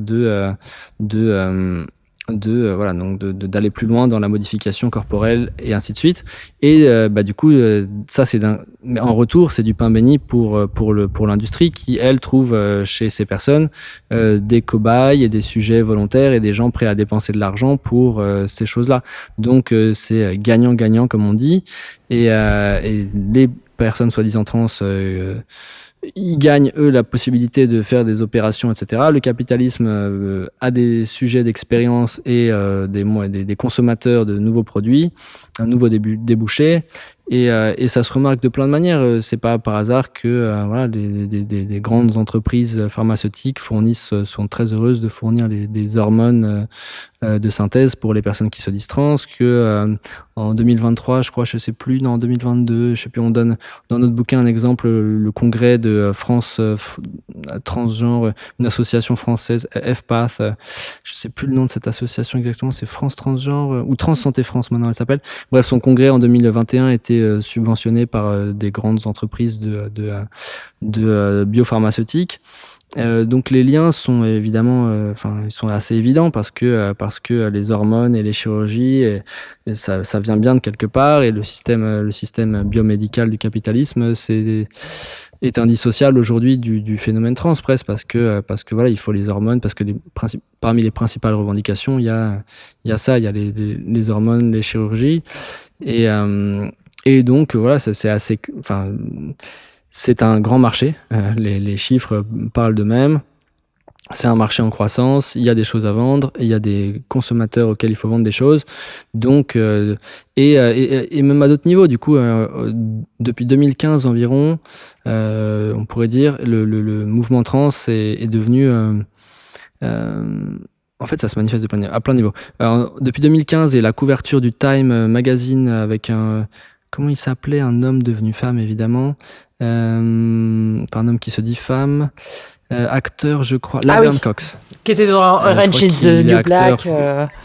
Ouais. Voilà, typiquement. Et après ça, à partir de ce moment-là, les séries, l'univers des entreprises qui font des séries télé s'est emparé du phénomène trans, et Netflix produit plein de séries trans, avec des personnages HBO, trans. toutes. Je sais plus, il y en a plein. HBO, ouais, ils ont tous des séries maintenant. C'est quelque chose qui est vendeur.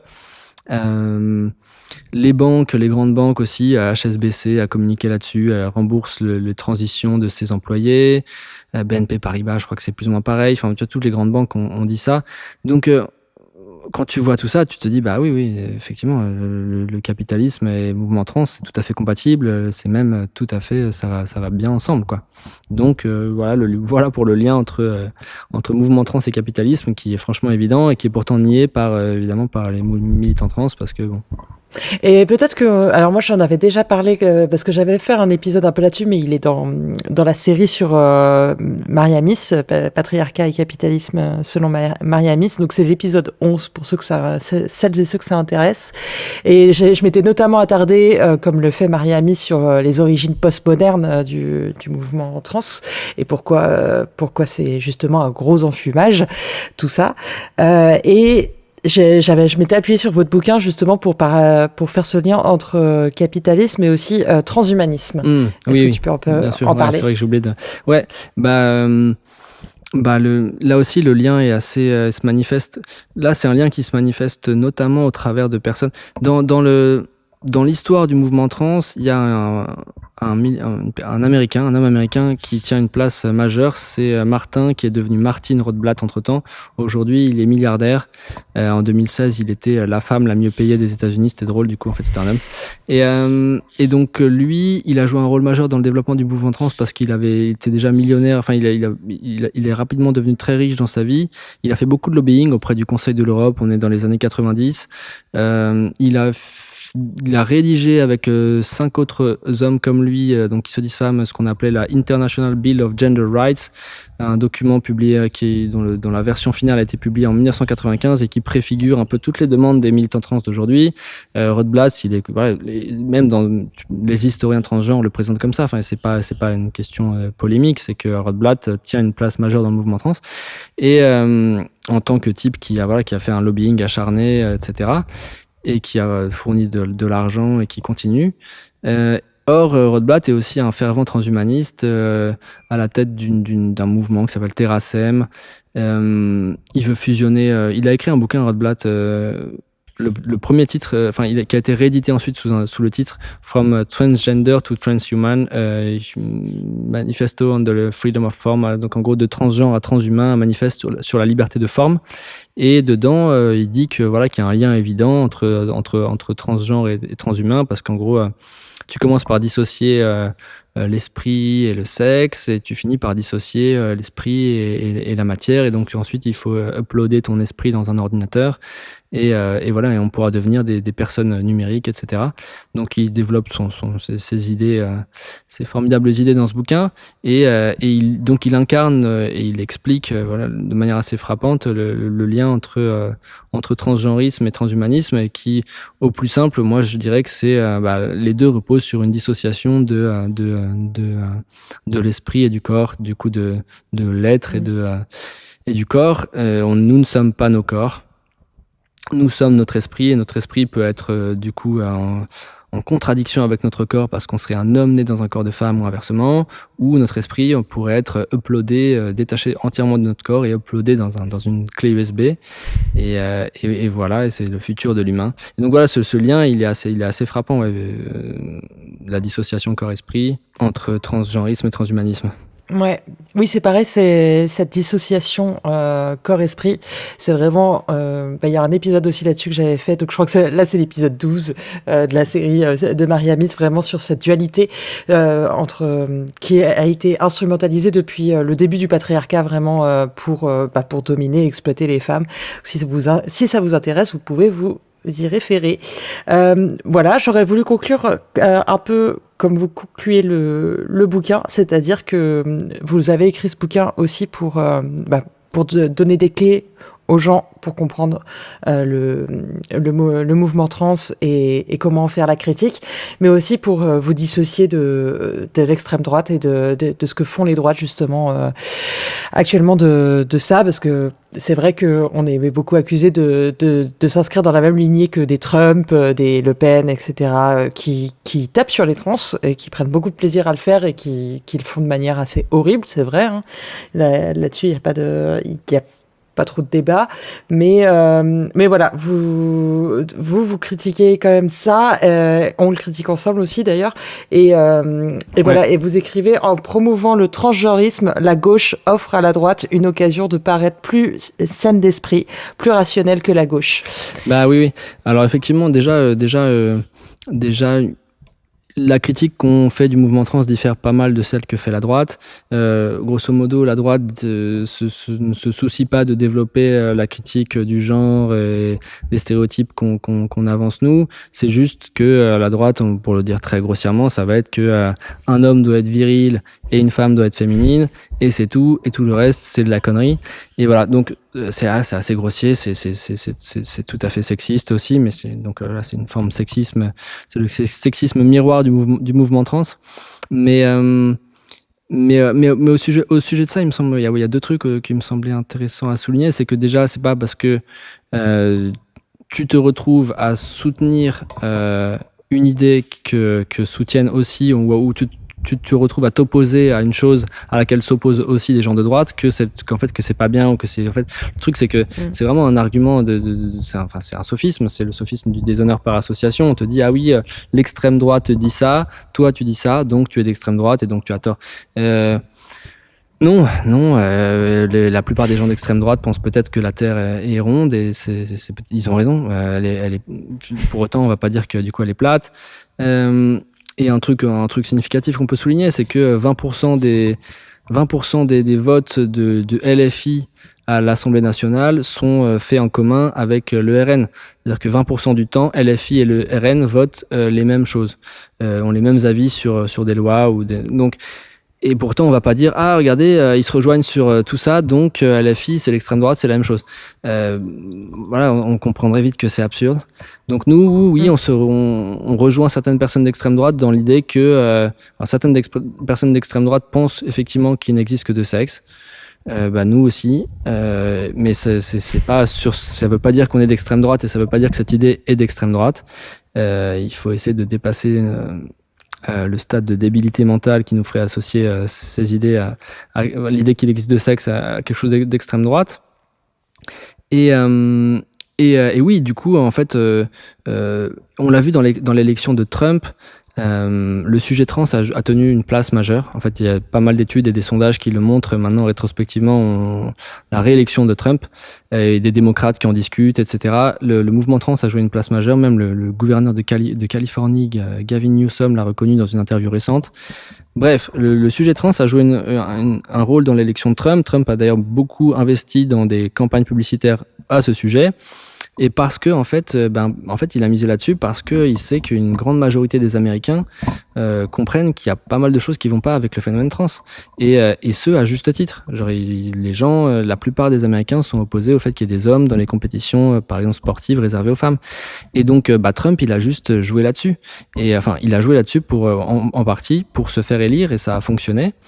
Et donc, oui, effectivement, tant que la gauche continuera de soutenir des choses aussi aberrantes, elle donnera du grain à moudre à l'extrême droite qui pourra capitaliser là-dessus et se séduire des gens qui étaient plus ou moins indécis, et voilà, les ramener de son côté en disant regardez, la gauche a complètement perdu la raison, ils pensent qu'il n'y a pas de sexe, que les hommes sont des femmes, que tout ça. Donc, oui, effectivement, de ce point de vue-là, on peut clairement dire que le mouvement trans... en tout cas que la gauche embrassant le mouvement trans donne tant une perche pour se faire battre, quoi. Ouais, super. Je sais pas si enfin super, non c'est pas super, mais on se comprend. Est-ce que tu voulais ajouter quelque chose sur tout ce qu'on vient de dire, ou est-ce que tu penses qu'on a fait? Non, ça me semble pas mal. Si aux auditrices et auditeurs que ça pourrait intéresser, voilà, je rappelle que je sors ce mois-ci, là au mois d'août 2025, un nouveau bouquin sur le sujet trans, ni genre ni maître, où en fait il est composé d'un essai principal qui revient sur la longue opposition entre les féministes et le mouvement trans. Je propose une sorte de généalogie qui remonte aux années 70 et jusqu'à aujourd'hui. Je montre que dans de nombreux pays du monde, voire la plupart des pays du monde, des féministes de premier plan s'opposent au phénomène trans, des féministes qu'on ne pourrait pas soupçonner d'être d'extrême droite du tout, des féministes vraiment extrêmement reconnues. Je pense à Alice Schwarzer en Allemagne, qui est la fondatrice du magazine Emma, qui est le principal magazine féministe depuis des années. Donc on parle pas de femmes, on parle pas de Dora Muto ou de Marguerite Stern version allemande. On parle vraiment de féministes bien ancrées, bien établies en Allemagne, au Mexique, en Suède, en Argentine. Enfin voilà, j'en parle dans cet essai, et je pense que ça nous donne beaucoup de. Enfin, il me semble que c'est important de se rendre compte de ça. Voilà, pour nous qui luttons contre les problèmes que pose le phénomène trans, c'est bien qu'on puisse réaliser qu'en fait on n'est pas seul, et qu'il y a beaucoup de gens dans le monde entier, et beaucoup de femmes, beaucoup de féministes qui s'y opposent. En Italie aussi, des femmes qui malheureusement leurs arguments ne sont jamais entendus, jamais relayés par la presse, en tout cas la presse mettons de gauche. Donc voilà, c'est assez honteux, et moi j'essaye de les mentionner et d'expliquer ce qu'elles disent, et et ça, c'est aussi du coup des références ensuite aux gens qui sont intéressés d'aller voir. Ouais, bah moi je suis assez pressée de le lire parce que c'est vrai que c'est un des chapitres que j'ai dû évacuer de l'interview parce que sinon ça allait prendre trop de place, l'histoire justement du transgenrisme, mais vous avez déjà un chapitre assez bien fourni quand même dans le bouquin, et du coup ton nouveau livre développe encore ça, mais voilà, j'invite vraiment tout le monde à lire ce livre si vous avez envie donc Né dans la mauvaise société, pour si vous avez envie d'aller plus loin, et je vous renvoie aussi vers tous les podcasts Floraison sur le sujet. On en a quand même pas mal. Je faisais le tour l'autre jour. Je pense aux 3 interviews de Amal, Fran et Banshee qu'on embrasse. Je pense à Vaishnavi Sundar aussi qu'on a interrogé, donc qui est une réalisatrice indienne qui a réalisé un documentaire qui s'appelle Behind the Looking Glass, donc de l'autre côté du miroir, où elle est allée interviewer les ex-femmes d'hommes qui ont transitionné, qu'elle appelle les trans widows. Donc voilà, c'est assez passionnant. On avait aussi une interview d'une femme qui a détransitionné. Voilà, il y a, et plus du coup la série Patriarcat et capitalisme selon Maria Amis, qui aborde ce sujet dans un épisode en particulier, l'épisode 11, mais qui le replace aussi dans le contexte plus large justement du patriarcat et du capitalisme. Voilà, si vous avez envie de faire une plongée profonde dans ces sujets, je pense qu'on fera de toute façon une liste de toutes les références qu'on peut mettre pour les gens qui ont envie d'aller creuser tout ça. De toute façon, il y a vraiment de la matière. Moi, je disais, ça fait presque 10 ans que je suis sur le sujet, mais j'ai l'impression que c'est sans fin. C'est clair. Voilà. Mais c'est passionnant, et puis je pense que c'est aussi important d'en parler. C'était aussi un peu le but aujourd'hui de se dire, voilà, on sort ça, et on espère que cet épisode il sera partagé, voilà, pour susciter aussi des discussions et provoquer des réflexions, on l'espère. Voilà. Et merci à toi de m'avoir reçu. Merci beaucoup. Merci Nicolas, à bientôt. Salut Gladys. Salut.